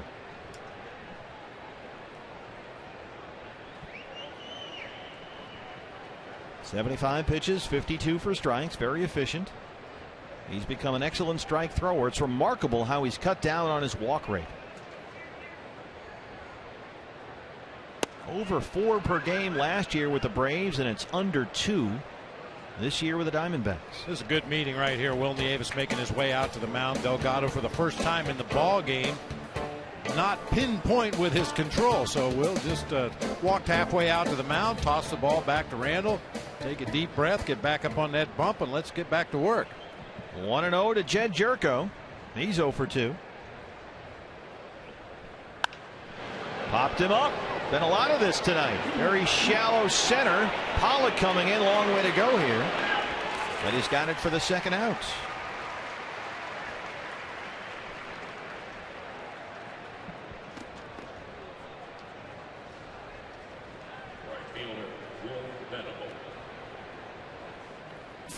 Will Venable popped up in the 2nd, grounded out in the 5th. Venable having his best month of the season. He has struggled offensively this year. He's hit under .235 in every month this year, but he's here in July at almost .300. Padres still without Cameron Maybin, who's on the DL again right now with a sprained knee. Maybin has played in only 14 games all year. And so Venable's been in there a lot. He's got 12 home runs, already one shy of a career high.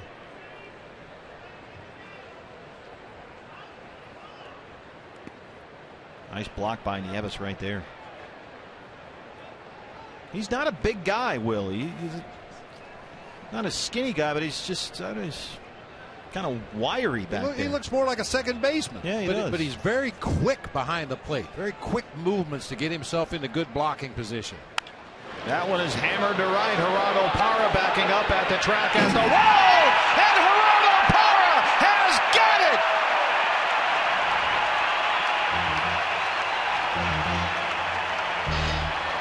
Gerardo Parra brings the want.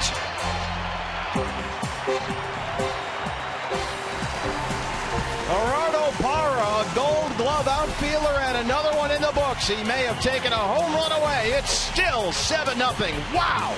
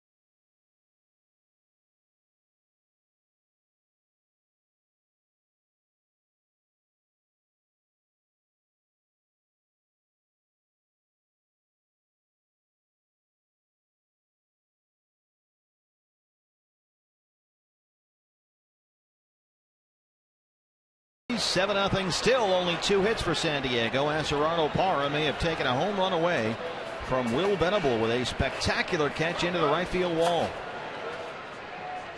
Here's Cody Ross.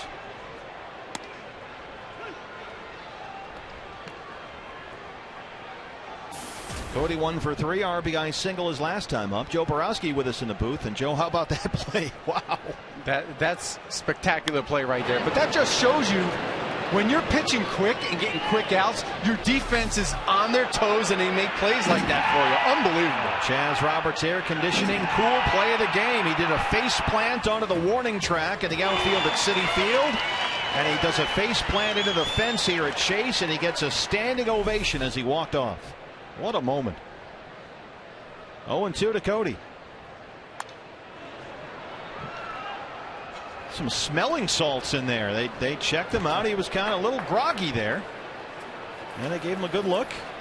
But that's Gerardo Parra. He gets back in there. He's good to go. Mussed up his hair a little bit. Martin Prado making sure there's no indentation in the head. Cody Ross down the left field line. High and deep. And that one is gone.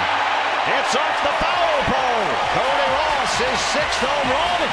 And it's a Diamondback hit parade.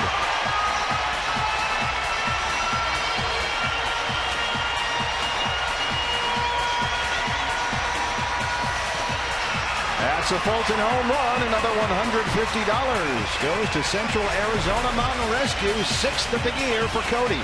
The only question was fair or foul. Not quite Carlton Fisk-like, but as Cody was going down that first baseline, little body English to try to keep it fair, right off the pole. We love that sound.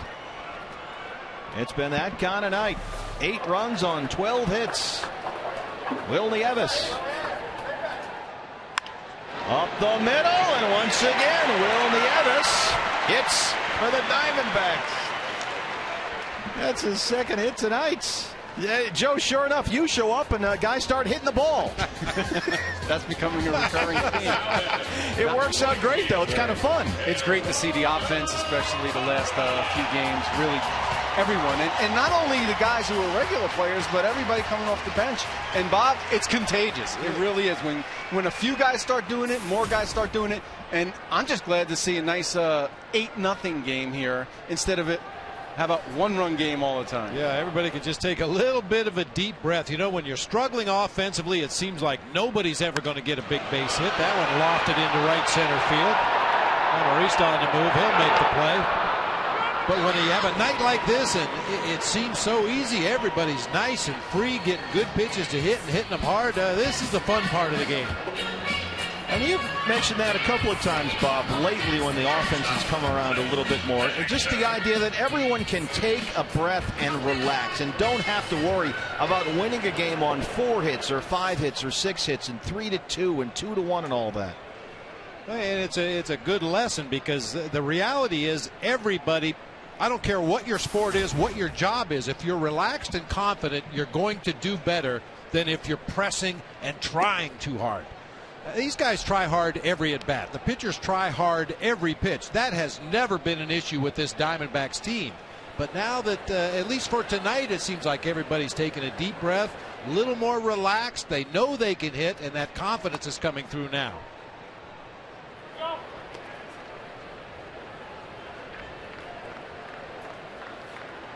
And it's good to see Cody get a couple of hits here. He's been struggling as of late.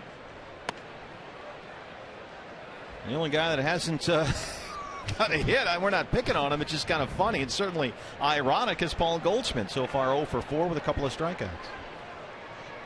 I think Goldie's all right. He'll take 1 or 2 of these games as long as the other 8 guys throw theirs in there. Do you think that he gets the chance to relax, knowing that the other guys around him are hitting a little bit? And he doesn't have to be the man every at bat, every night, every game? It's hard to tell with Goldie. He is so intense. I mean, he approaches every at bat like it could possibly be his last. So it's hard to really tell when Goldie's relaxed. But it is a quiet intensity. Yeah. He's not one of these guys who walks around breaking stuff. And yeah. 3-2 to Cliff Pennington.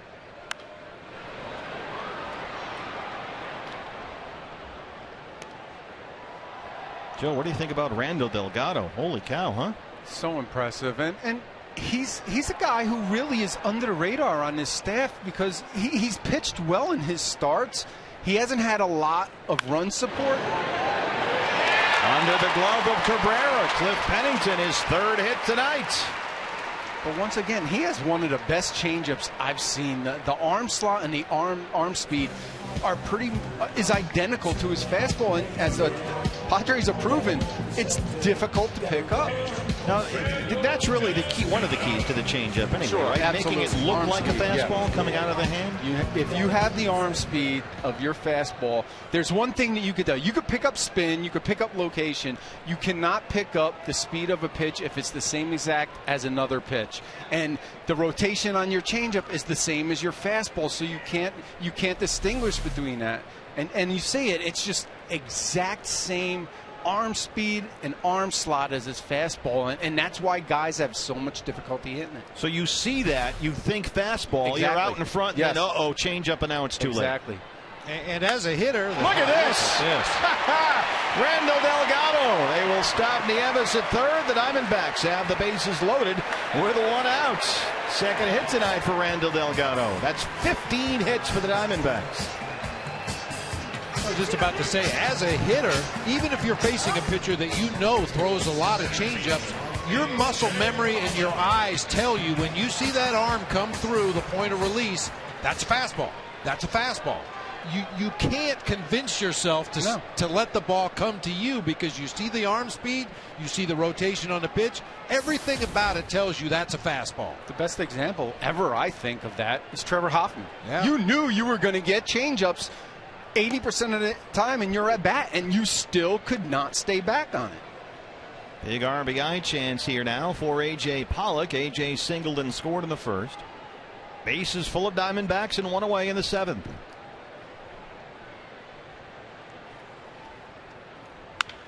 Hard to short. It's by Cabrera. That'll score Nieves. Here comes Cliff Pennington. Here's the throw. It's cut off.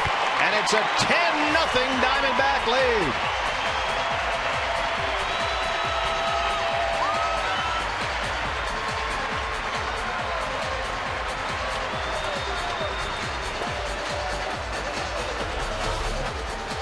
A lot of high-fiving in that third base dugout tonight. Everett Cabrera cheating a little bit towards second base as we get a look on our phantom cam right off the barrel. Hard ground ball through that left side. Cabrera cheating up the middle a little bit, looking for a double play ball, and that one sneaks by for a 2 RBI base hit. Well, the Diamondbacks have sent 6 hitters up there against Hines in this inning, and they have 5 base hits. Parr's deep fly ball to center field, the only out so far. And now it's a 10-0 ball game. Here is Eric Chavez.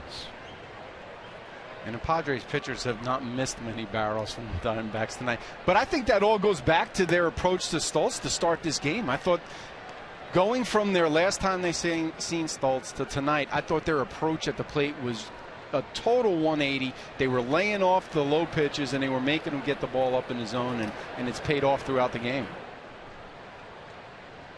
Yeah, because he's a guy that had, as you mentioned, just giving him fits last time, went all the way. And what it is with Stoltz, and he's not going to blow you away. He throws very soft, but he's stubborn and he stays down in the zone. And after a while, we saw the Diamondbacks hitters would start chasing his pitches, but they laid off of those tough pitches and made him get it up in the zone. Hard to first, just foul by Steve Sachs. 10 runs for the Diamondbacks on 16 hits. In the meantime, Randall Delgado has pitched 7 shutout innings, giving up only 2 hits. Back with you tomorrow at 4:30 from Chase Field. Second game of the 3-game set. D-backs and Padres on Luchador night here at Chase Field. So come on out and get your official D-backs Luchador mask. 2-2. Got the strikeout, 2 down. Padres bullpen is busy. You would think it would be. Joe Thatcher, the lefty, warming up. So here's Goldie, a chance to get on the bandwagon here. Oh, see, that's wrong. No wonder he doesn't have a hit. I mentioned Bud Black used 6 relievers in the ball game in Milwaukee yesterday. Going to have to go through some bullpen again today. That's always huge, the first game of the series. You want to see as many of those relievers as you can in game 1 of a series, just in case you see them again in game 2 or game 3. Goldie had been hitting everything this month, but 0 for 4 last night, 0 for 4 again tonight. Chance to get off the schneid right here. About taking out some of that anger and frustration on a hanger here. Hit his own picture up there on the big board. You hang him, we bang him.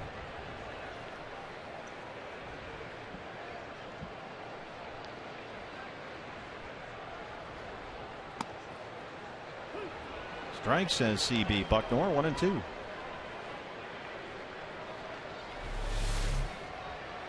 That ball was never in the strike zone. A breaking ball that pretty much stayed over in that left-handed batter's box. Wow.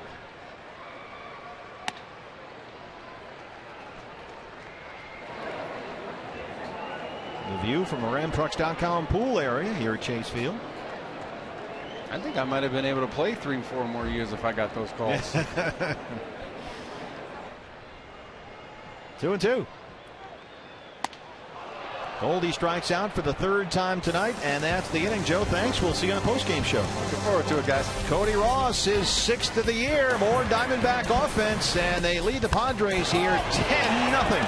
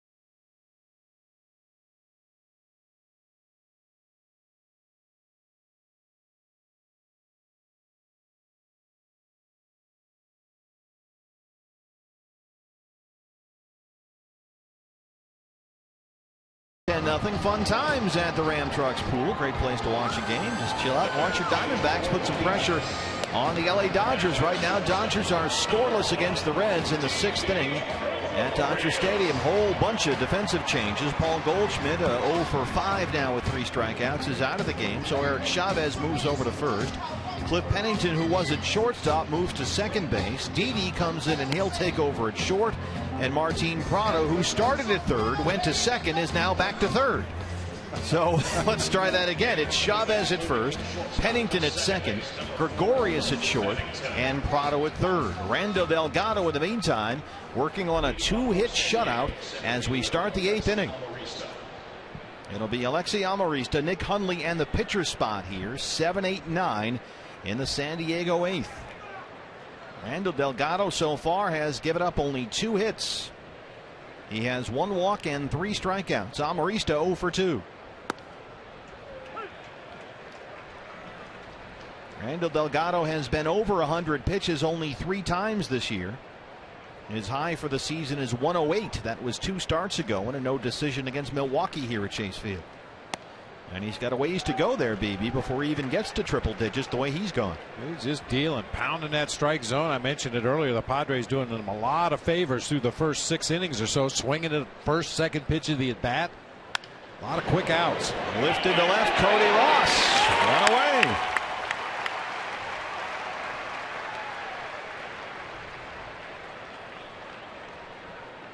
And he's doing it without any run support.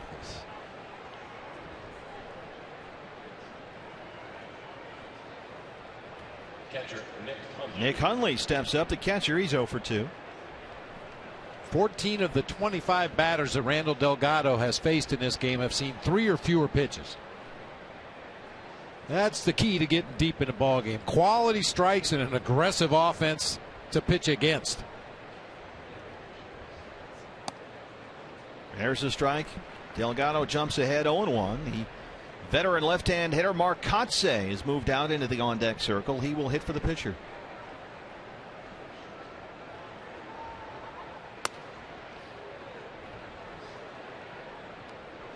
There is Mark Kotze.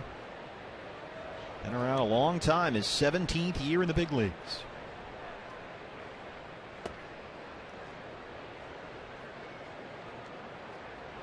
Boy, it'd be nice if he could finish this off. That would really be something. 2-1. Lifted to right, Gerardo Parra. Right in front of the RamTrucks.com pool. 2 quick outs here in the 8th. Bullpen is crickets. Why not? Ain't broke. I mean, he's not laboring. His mechanics have been flawless the entire evening, and he continues to pound away at that strike zone. 87 pitches so far, 60 for strikes.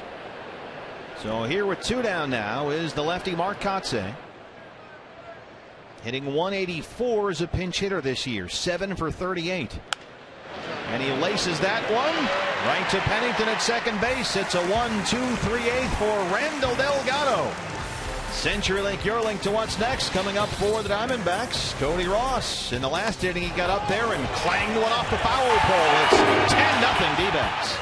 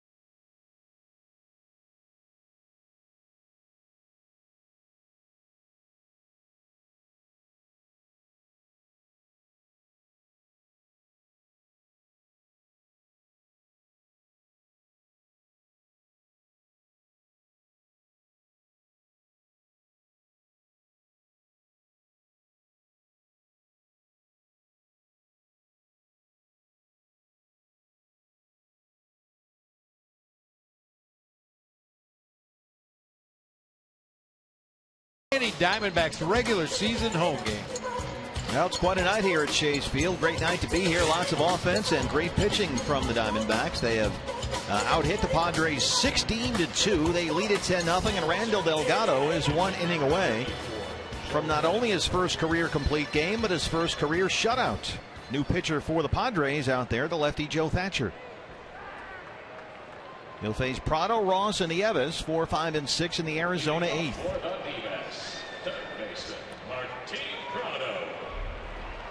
Joe Thatcher and his wife Caitlin just welcomed the birth of their first child on Tuesday, July 16th. A couple of weeks ago, baby boy named Jackson Thatcher. Congratulations to the Thatchers. Now pack your bags, because Joe Thatcher's a guy whose name has been bandied about quite a bit as we approach that trade deadline. Everybody looking for bullpen help, especially lefties. Yeah, you could get a king's ransom for a guy like this right now. And what a night for Martin Prado. RBI single in the first, doubled and scored in the third, walked in the fourth.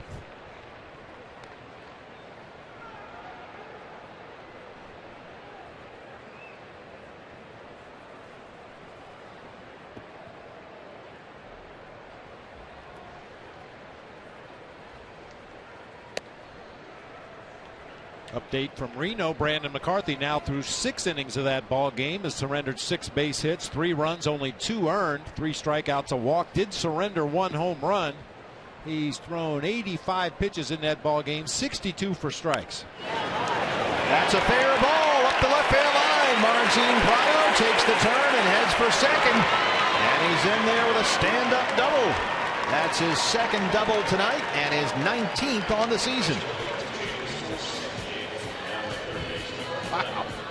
You knew sooner or later, Bob, that he would hit. The track record was just too well established, but man, he has just busted out big time over the last 3 weeks or so. And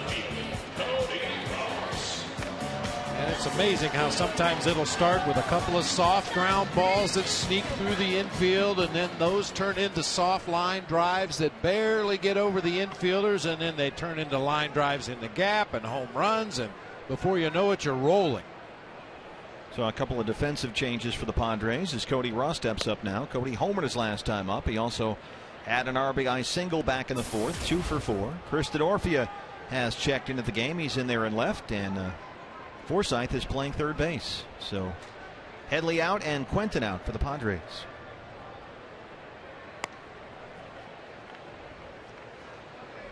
The most Randall Delgado has gone into a game this year. He has pitched 7 full innings twice. Actually went 7 innings in his first start. That was back against the Marlins on June 18th. Gave up 2 runs on 8 hits in 7. He then went 7 July 3rd at Citi Field against the Mets. 2 runs on 7 hits in 7. He had 9 strikeouts in that game. Cody high and deep to center field. Alexi Amarista still backing up. He's got plenty of room, and that's the first out. So a 2 7-inning stints for Randall Delgado. So this is already a season high for him. And that's in terms of this year in his major league career. Last year for Atlanta as a starter, he had a number of starts. Went 8 innings last year on May the 3rd. Also went 8 innings on June 17th. And other than that, that's as deep as he's gone into a major league ball game. 2 earned on 6 hits and 8. May 3rd of last year. That was actually in a loss at home to the Phillies in Atlanta. And then on June 17th, 2 runs on 3 hits and 8. Again in a loss at home against the Orioles.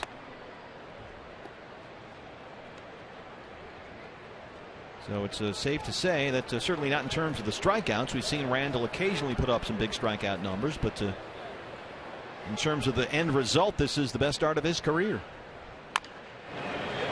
Little slow roller to third. Forsythe hard charging, and he throws out Nieves.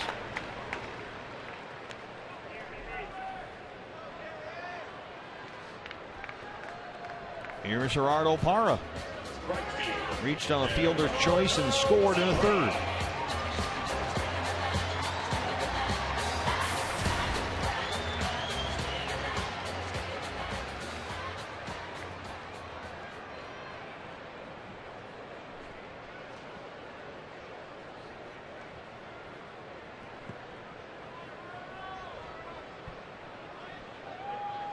Diamondbacks about hit the Padres 17-2.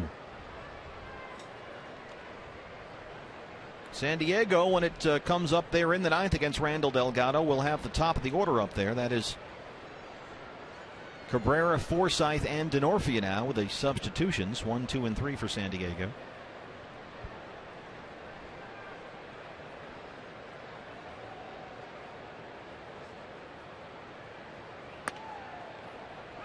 One. Kind of an odd approach for Thatcher. If you watch him from our camera shot from center field, as he takes the ball out of his glove, he kind of takes it out early and then puts it almost all the way back into the glove, taps it off the heel of the glove, and then fires toward home. Just a timing mechanism that he has to get everything in the right position before he lets that ball go.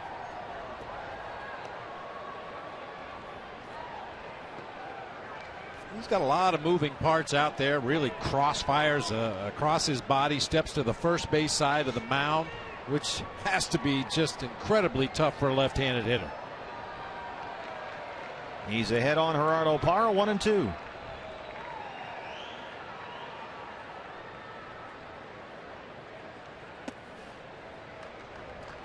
And facing lefties is not Gerardo's strength anyway. He's batting .235 against left-hand pitchers this year. That's a nearly 60-point drop from his average against right-handers. It's been a real mixed bag against Thatcher. Parra does have 4 hits in 13 at-bats, but he's also struck out 6 times. Chases that one, and that ends the inning. They strand the leadoff double by Prado, and we go to the ninth. Randall Delgado trying to close out his first career shutout.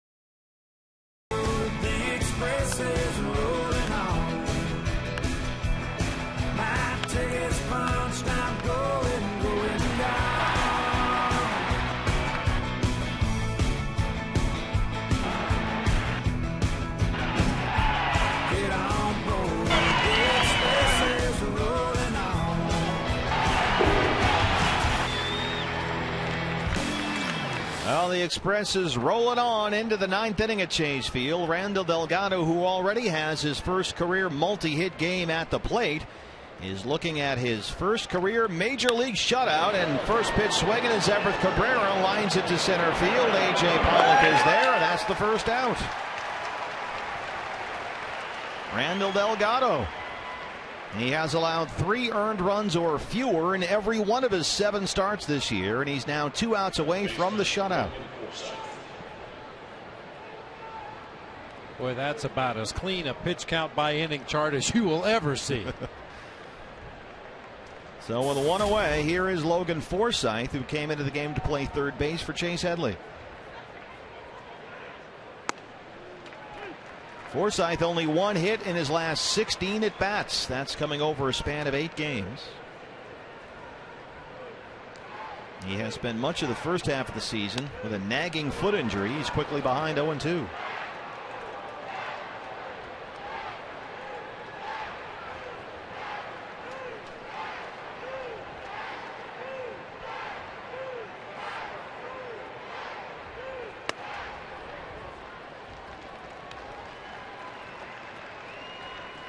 Caught the foul ball right in her drink. Nice work. Spilled a little bit, but it's worth it. Here's the 1-2.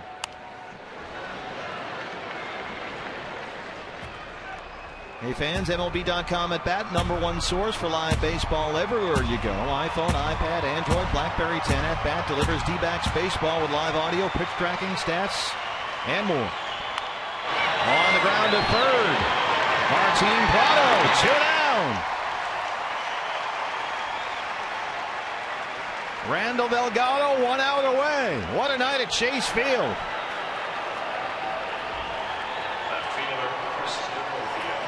And they're on their feet. D-back Nation looking for the shutout.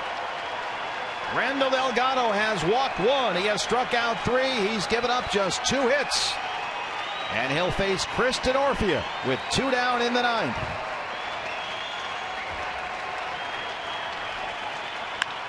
Up the middle. It's by Didi. There's the base hits. Chris Denorfia, noted Diamondback killer, is aboard. Just the Padres' 3rd hit tonight. Brings up Yonder Alonso.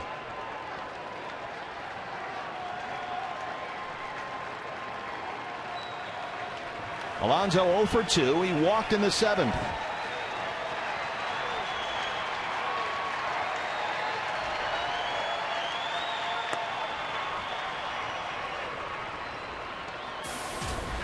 Denorfia, just the Padres' 4th base runner tonight against Randall Delgado. 2-0.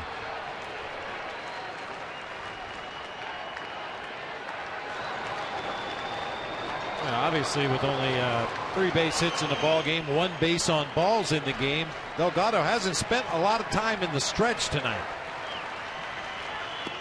Doesn't seem to bother him a bit. Creeping up on 100 pitches now at 98, 68 for strikes. Diamondbacks Live follows the game. A lot to talk about here. 10 runs on 17 hits. And despite all that, Randall Delgado has been the star tonight. 2-1 to Yonder Alonso. Denorfia at first. Lifted in the air to left. Cody Ross on the run near the line, and it's a foul ball.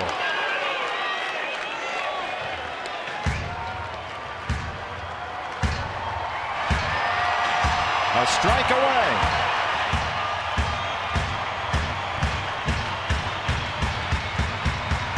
And they're going to make sure they get the right pitch here on number 100.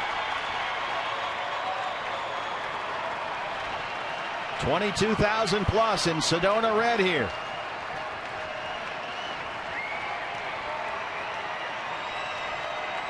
So many times this year the Diamondbacks have needed help in their rotation, and this 23-year-old has stepped up.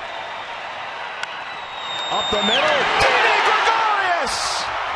And that's it! There's the shutout. It ends on some Didi defense, and Randall Delgado has his first big league shutout.